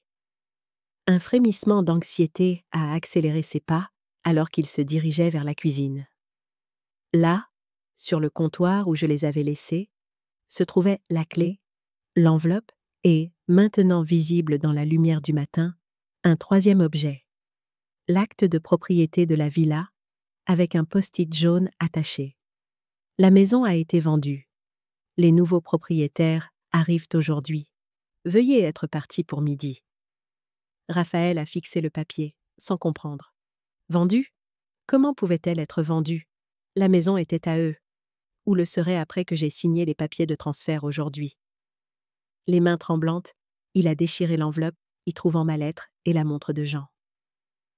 Raphaël, au moment où tu liras ceci, je serai parti. Pas seulement de la maison, mais du pays. J'ai vendu la villa à un jeune couple qui la chérira comme je l'ai fait autrefois, comme tu l'as fait autrefois, avant qu'elle ne devienne qu'un autre actif à utiliser. Le choix de partir n'a pas été fait à la légère ou rapidement. Il s'est construit lentement, avec chaque restriction, chaque critique, chaque dignité bafouée. Il s'est cristallisé la nuit où tu m'as enfermé dans la salle de bain pendant 12 heures pour de l'eau chaude. De l'eau que j'avais payée dans une maison que je possédais encore. Ton père t'a laissé sa montre pour marquer le genre d'homme qu'il croyait que tu deviendrais. Je l'ai gardé en sécurité toutes ces années, attendant que cet homme apparaisse. Je crois toujours qu'il existe quelque part en toi, sous l'influence de Gabriel et ta propre ambition. Je ne te dirai pas où je suis allé. J'ai besoin d'espace pour me souvenir de qui je suis au-delà d'être ta mère. Peut-être qu'un jour, quand tu te souviendras de qui tu es au-delà d'être le mari de Gabriel, nous pourrons nous retrouver. Le citronnier était l'héritage de ton père. S'il te plaît, demande au nouveau propriétaire de te laisser le visiter de temps en temps. Cela pourrait te rappeler ce qui compte. Je t'ai aimé assez pour te donner tout. Je m'aime assez pour partir. Maman. Raphaël s'est affalé sur un tabouret de cuisine, la montre lourde dans sa paume, l'acte et ses implications plus lourds encore dans son esprit. Qu'est-ce qui ne va pas? Gabriel est apparu dans l'embrasure de la porte, son peignoir de soie noué lâchement autour de sa taille. « Où est ta mère ?» Sans un mot, il lui a tendu l'acte avec son post-it. Son visage s'est vidé de sa couleur en le lisant, puis a rougi de colère. « C'est une blague ?» a-t-elle lancé. « Elle ne peut pas vendre la maison, c'est la nôtre. Nous vivons ici. » Apparemment, elle n'a jamais été la nôtre, a dit doucement Raphaël, le poids total de ma lettre s'installant en lui. L'acte a toujours été à son nom. Elle ne nous a donné que le droit d'y vivre. C'est ridicule. Elle nous a donné la maison comme cadeau de mariage. Tout le monde le sait. As-tu jamais vu les documents de transfert? Le silence de Gabriel fut une réponse suffisante. Appelle-la, a-t-elle exigé, arpentant la cuisine. Fais-lui arrêter ses bêtises. Raphaël a essayé. Mon téléphone est allé directement sur la messagerie vocale. Il a ensuite essayé le bureau de Marie pour se faire dire calmement que la vente était légale, finale et irrévocable. Les nouveaux propriétaires arriveront à midi, l'a informé la réceptionniste. Maître Rodriguez suggère que vous utilisiez le temps restant pour emballer vos effets personnels. Comme s'ils étaient invoqués par la conversation, une voiture s'est garée dans l'allée. Les fourniers en sont sortis, les visages nerveux, mais déterminés, alors qu'ils s'approchaient de la porte d'entrée. Raphaël l'a ouverte avant qu'il ne puisse frapper. « Il y a eu une erreur », a-t-il commencé. Michel semblait mal à l'aise, mais a tenu bon. « Aucune erreur, docteur Pérez. Nous avons acheté cette maison à Laura Pérez. Nous avons tous les documents légaux. » Il a brandi un dossier similaire à celui que j'avais signé 3 jours plus tôt. « C'est notre maison ?» est intervenu Gabriel en bousculant Raphaël. « Nous vivons ici depuis des années. »« En tant que résident ?» a dit doucement Hélène. « Selon les documents, votre mère a conservé la propriété. Elle avait tout à fait le droit de vendre. »« Où est-elle ?» a exigé Raphaël. « Où est-elle allée ?» Le couple a échangé des regards. « Nous ne savons pas, » a répondu honnêtement Michel. Elle n'a pas partagé ses plans avec nous. Les heures suivantes se sont écoulées dans un flou de panique et d'incrédulité. Raphaël et Gabriel ont appelé des avocats qui ont confirmé ce qu'ils ne voulaient ni pas entendre. La vente était légitime. Ils ont appelé des amis qui ont offert un logement temporaire, mais n'ont pu cacher leur choc face à la situation. Ils ont appelé mes anciens collègues de l'hôpital, qui ont prétendu ne rien savoir de ma localisation, mais n'ont pas tout à fait réussi à cacher leur satisfaction face à mes actions. La nouvelle s'est répandue rapidement dans le quartier. L'après-midi, des voisins curieux s'étaient rassemblés à leurs fenêtres et sur leurs porches, observant le spectacle se dérouler. Raphaël et Gabriel chargeant à la hâte des valises, dans leur voiture, les fourniers attendant patiemment sur les marches de l'entrée. Un camion de déménagement arrivant avec les biens du jeune couple. « Tu savais ça, Maria ?» a demandé Raphaël à ma voisine, qui habitait à côté de nous depuis 15 ans. La femme plus âgée a croisé les bras. « Je me doutais que quelque chose n'allait pas quand j'ai cessé de voir ta mère dehors. Elle jardinait tous les jours, puis soudainement, plus rien, comme si elle était prisonnière dans sa propre maison. »« Ce n'est pas vrai !» a protesté Gabriel. « Elle a choisi de rester dans sa chambre. » Les sourcils de Maria se sont haussés. « Vraiment ? Où se cachait-elle de vous deux ? » Au coucher du soleil, Raphaël et Gabriel s'étaient installés dans un hôtel. Leur vie soigneusement organisée, soudainement déracinée. La banque a appelé pour annuler l'approbation de prêt. Les collègues de l'hôpital ont commencé à chuchoter. L'histoire, ou des versions de celle-ci, s'est rapidement répandue dans leurs cercles sociaux. « Tu as entendu ? Raphaël Pérez a enfermé sa mère dans la salle de bain toute la nuit. J'ai entendu dire qu'ils essayaient de la faire interner pour prendre sa propriété. Mon amie infirmière dit que Laura payait pour tout pendant qu'il contrôlait le thermostat. » Les conséquences professionnelles sont arrivées rapidement. Les patients ont commencé à annuler leurs rendez-vous, mal à l'aise avec les rumeurs. Les autres médecins sont devenus distants. L'administration de l'hôpital a convoqué Raphaël pour une discussion sur l'éthique et les soins aux personnes âgées. Gabriel a fait face à ses propres retombées. La société pharmaceutique qu'elle représentait l'a mise en congé dans l'attente d'une enquête sur des préoccupations de moralité. Sa présence soigneusement cultivée sur les réseaux sociaux, autrefois remplis de partenariats d'influenceurs et de contenus aspirationnels, est devenue une cible de critiques. La tension a révélé des fissures dans leur mariage qui avaient été masquées par l'ambition et l'acquisition. Ils se disputaient constamment à mon sujet, au sujet de l'argent, au sujet de qui était à blâmer. « Tu as trop poussé !» a accusé Raphaël lors d'une dispute particulièrement amère. « Elle ne serait jamais partie si tu ne l'avais pas traitée comme un fardeau. » « Moi ?» a ri froidement Gabriel. « Qui l'a enfermée dans la salle de bain, Raphaël ? C'était toi. Je ne t'ai jamais forcé à être cruel avec ta propre mère. » 3 semaines après mon départ, Gabriel a fait ses valises. « Ce n'est pas pour ça que j'ai signé, » a-t-elle dit à Raphaël, debout dans leur chambre d'hôtel, entourés des maigres biens qu'ils avaient réussi à emporter de la villa.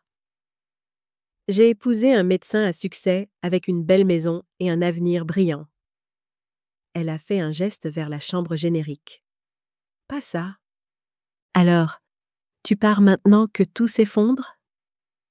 Son sourire était triste, mais déterminé.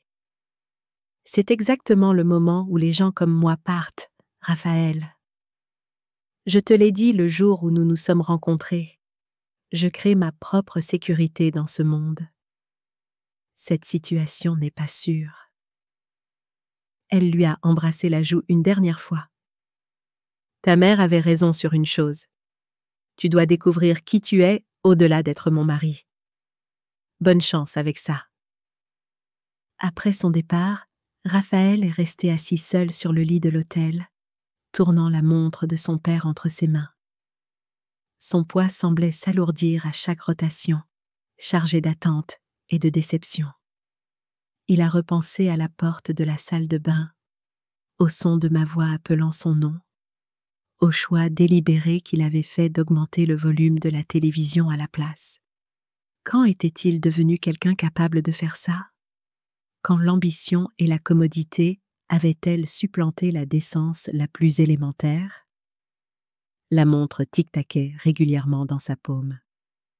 Il l'a attachée à son poignet, la première fois qu'il l'a portée depuis qu'il l'avait reçue. Le bracelet était lâche, le cadran rayé sur les bords, une montre de médecin qui a servi, pas un symbole de statut. Cette nuit-là, Raphaël est retourné à la villa.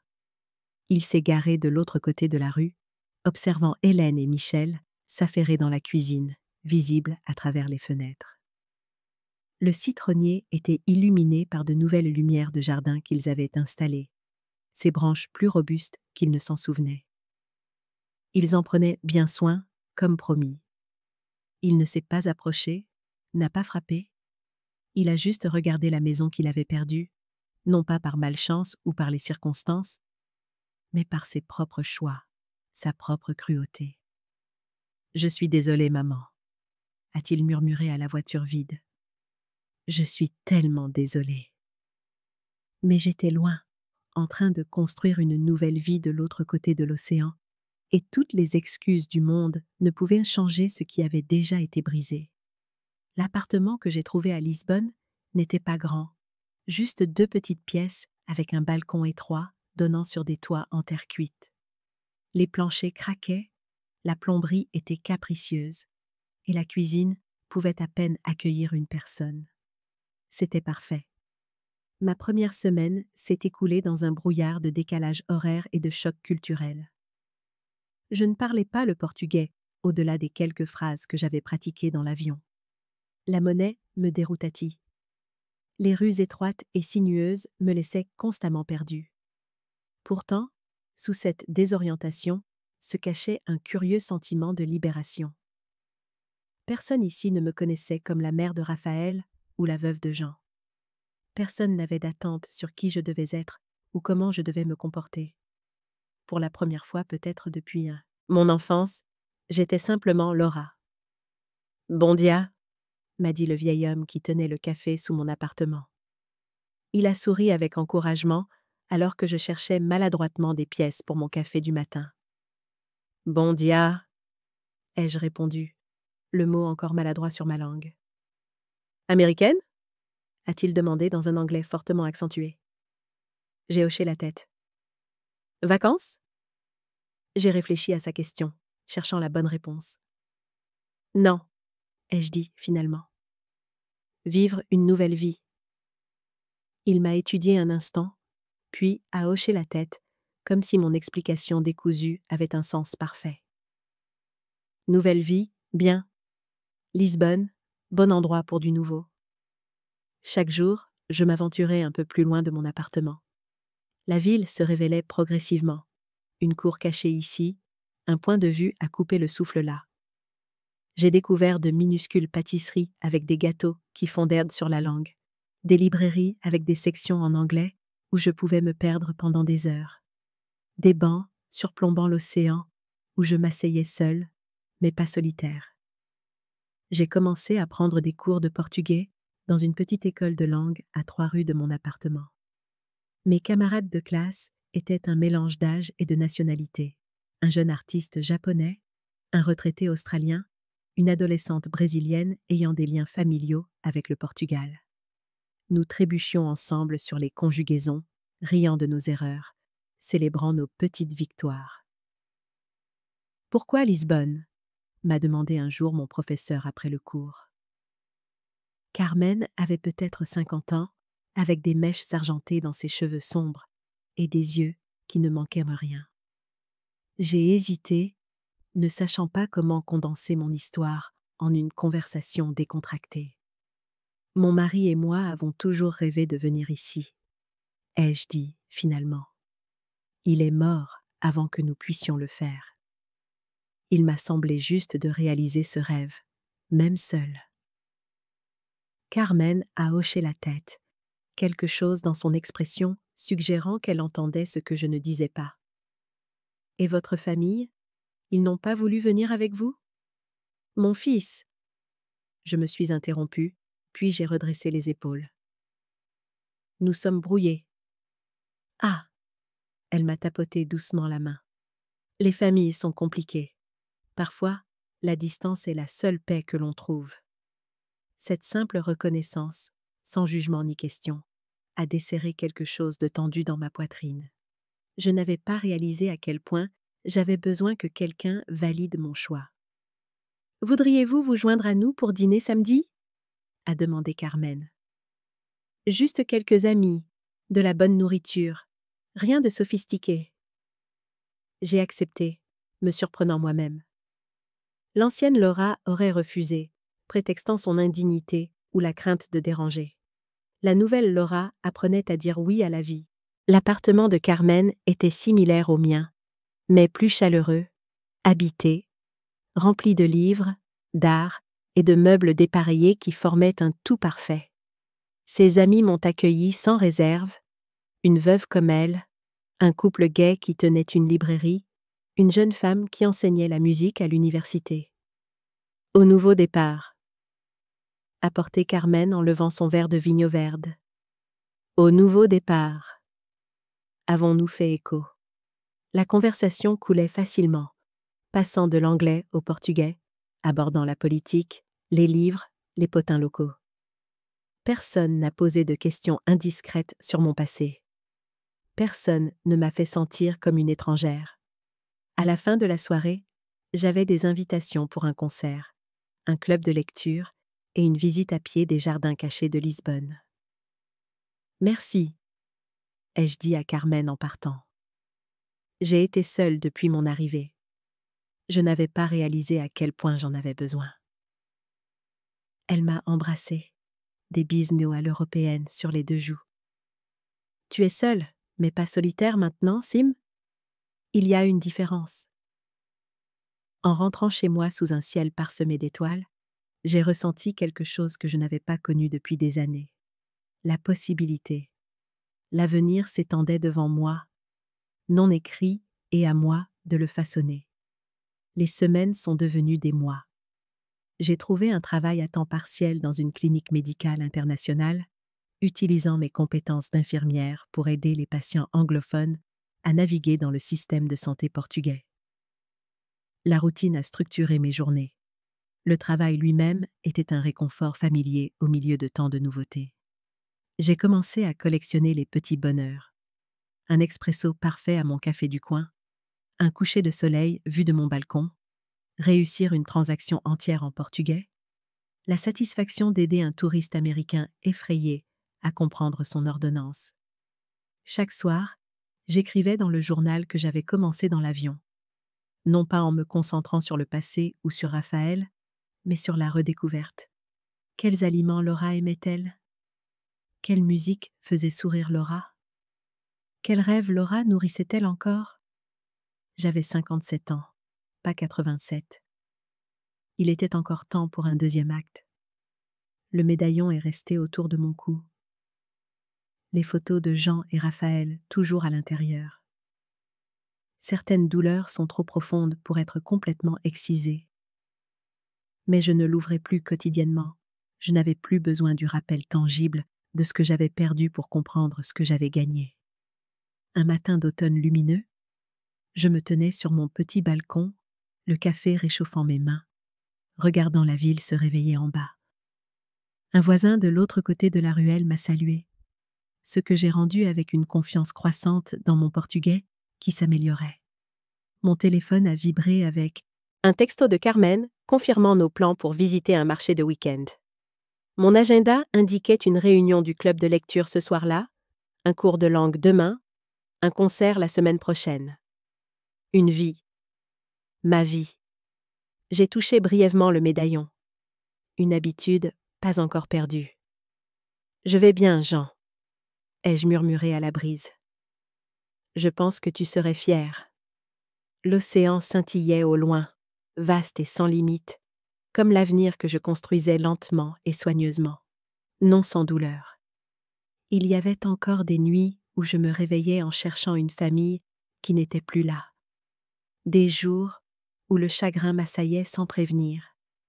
Mais de plus en plus, il y avait de la joie. Une joie simple, sans fioriture, dans l'existence, dans l'autonomie. dans la découverte que Laura Pérez valait la peine d'être connue, toute seule. Plus tard dans la journée, en triant un tiroir, j'ai trouvé la petite enveloppe contenant la lettre de Jean, celle que j'avais ouverte la nuit après l'incident de la salle de bain. Je l'ai relue, ces mots toujours un baume après tous ces mois. Ton amour ne se mesure pas à ce que tu abandonnes. Il se mesure à la façon dont tu apprends aux autres à donner en retour.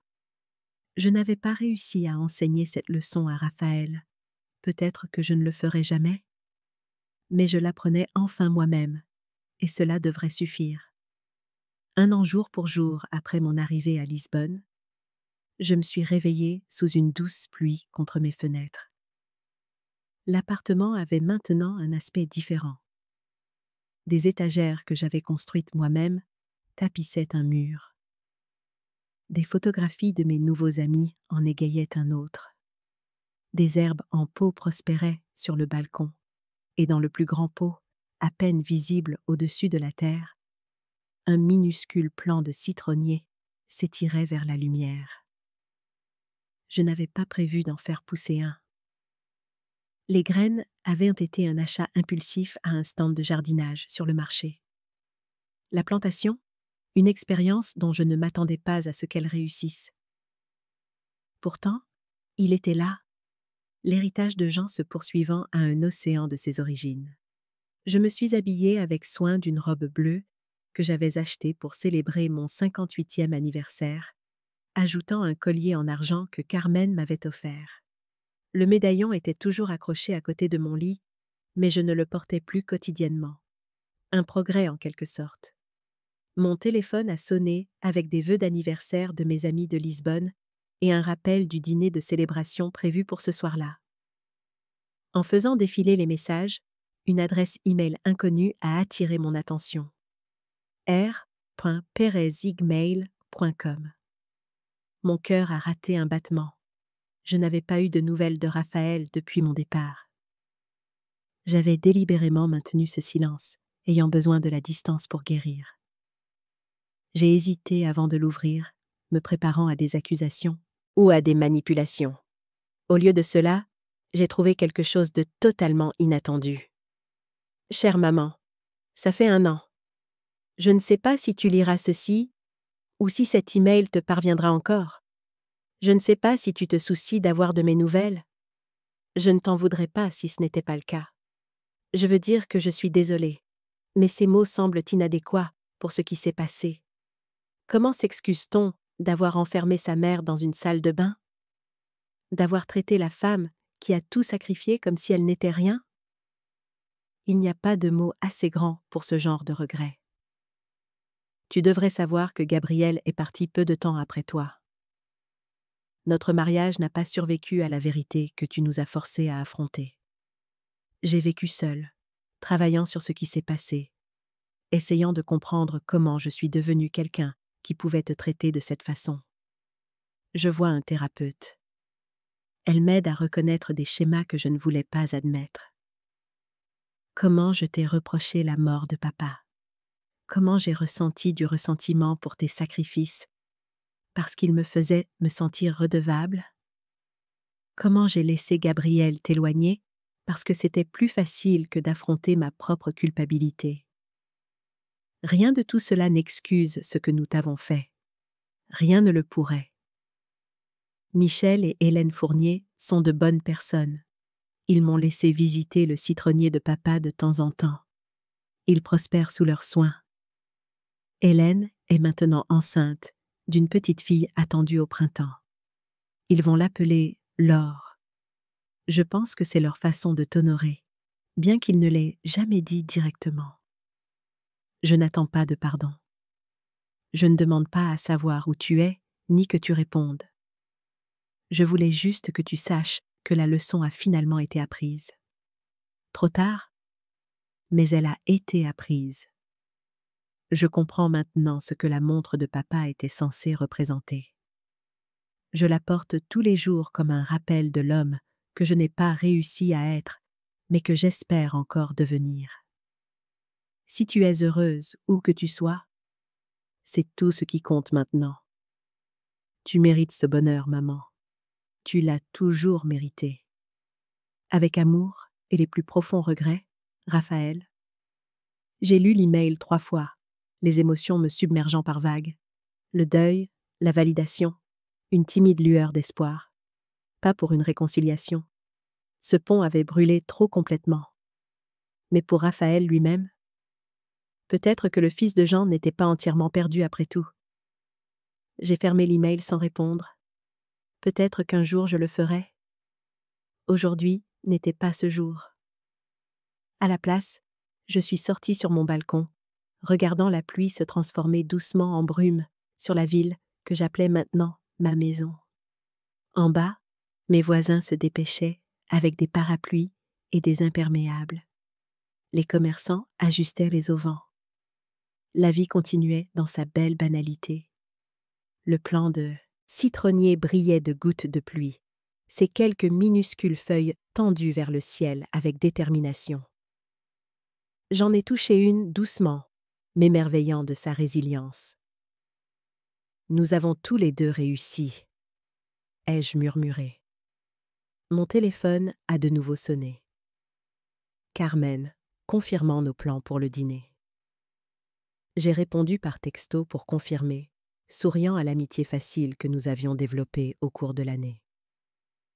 Elle m'avait présenté à son cercle, m'avait aidé à naviguer dans la bureaucratie portugaise, m'avait appris à cuisiner des plats locaux, avait écouté sans jugement les rares fois où j'avais parlé de Raphaël et de Jean.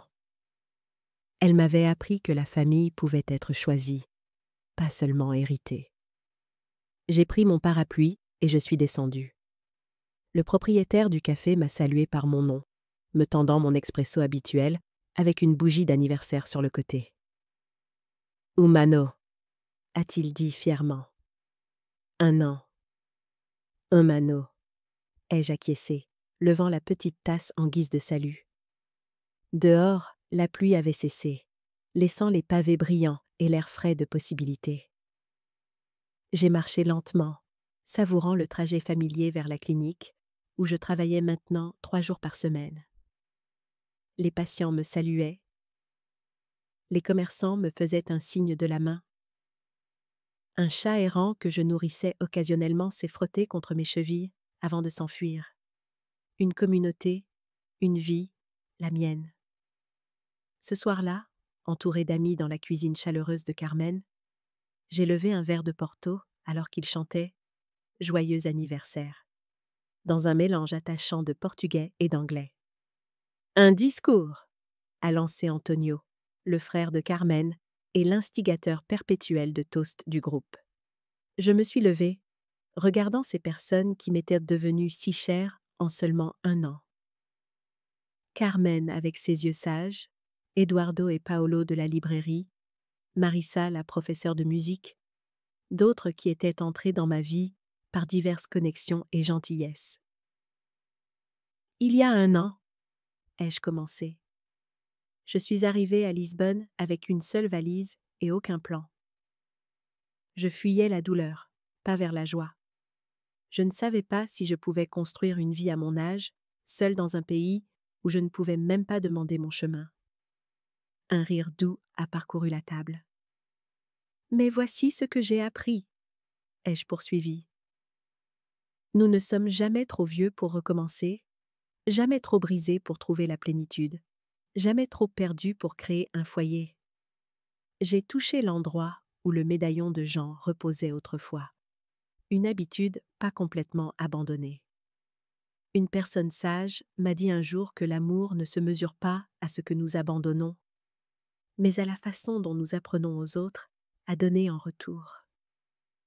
J'ai échoué avec cette leçon une fois, mais avec vous tous, ma voix s'est légèrement étranglée. On m'a donné une seconde chance de bien faire les choses. Carmen s'est penchée pour me serrer la main, ses yeux brillants de larmes non versées. Aux secondes chances, ai-je dit, levant mon verre plus haut. Et à la famille choisie. À Laura, ont-ils répondu à l'unisson. Plus tard, en rentrant chez moi sous des étoiles partiellement obscurcies par des nuages passagers, J'ai ressenti un sentiment d'achèvement. Le cercle de ma vie ne s'était pas terminé avec la trahison de Raphaël ou ma fuite. Il avait simplement pris une forme différente, une forme qui laissait place à la croissance, à la joie, à une paix durement gagnée et donc précieuse. Dans mon appartement, j'ai ouvert les portes du balcon malgré l'air frais de la nuit. Le plant de citronnier se tenait petit, mais déterminé dans son pot, une continuation de ce que Jean avait commencé toutes ces années auparavant. J'ai ouvert le médaillon une dernière fois, regardant les visages à l'intérieur, Jean dans sa blouse de médecin, Raphaël à 5 ans avec des yeux sans tache. Puis, délibérément, j'ai retiré les 2 photos et je les ai placées dans une petite boîte en bois sur ma commode. Dans le médaillon vide, j'ai placé quelque chose de nouveau. Une minuscule photo que Carmen avait prise de moi le mois dernier, debout sur un belvédère surplombant la ville, les bras étendus, le visage tourné vers le soleil. La liberté incarnée. Ils m'ont enfermé pour de l'eau chaude. Ai-je murmuré au ciel nocturne, à l'océan au-delà, à l'esprit de Jean, où qu'il soit. Je me suis libérée pour la vie. J'ai fermé le médaillon autour de mon cou, son poids familier, mais sa signification transformée. Non plus un mémorial de ce qui était perdu, mais une célébration de ce qui avait été trouvé. Dehors, une brise a bruissé à travers les tendres feuilles du plant de citronnier. À l'intérieur, mon cœur battait, régulier et fort, marqué mais en guérison dans un corps qui m'appartenait enfin, vraiment, à moi seul. Et c'était assez. Plus qu'assez. C'était tout. Que feriez-vous si vous étiez à ma place? Avez-vous déjà vécu quelque chose de similaire? Commentez ci-dessous. Et si vous avez aimé l'histoire de Laura, découvrez l'héritage qu'elle n'attendait pas et quand ma fille a choisi son mari plutôt que moi. 2 autres histoires favorites de notre chaîne.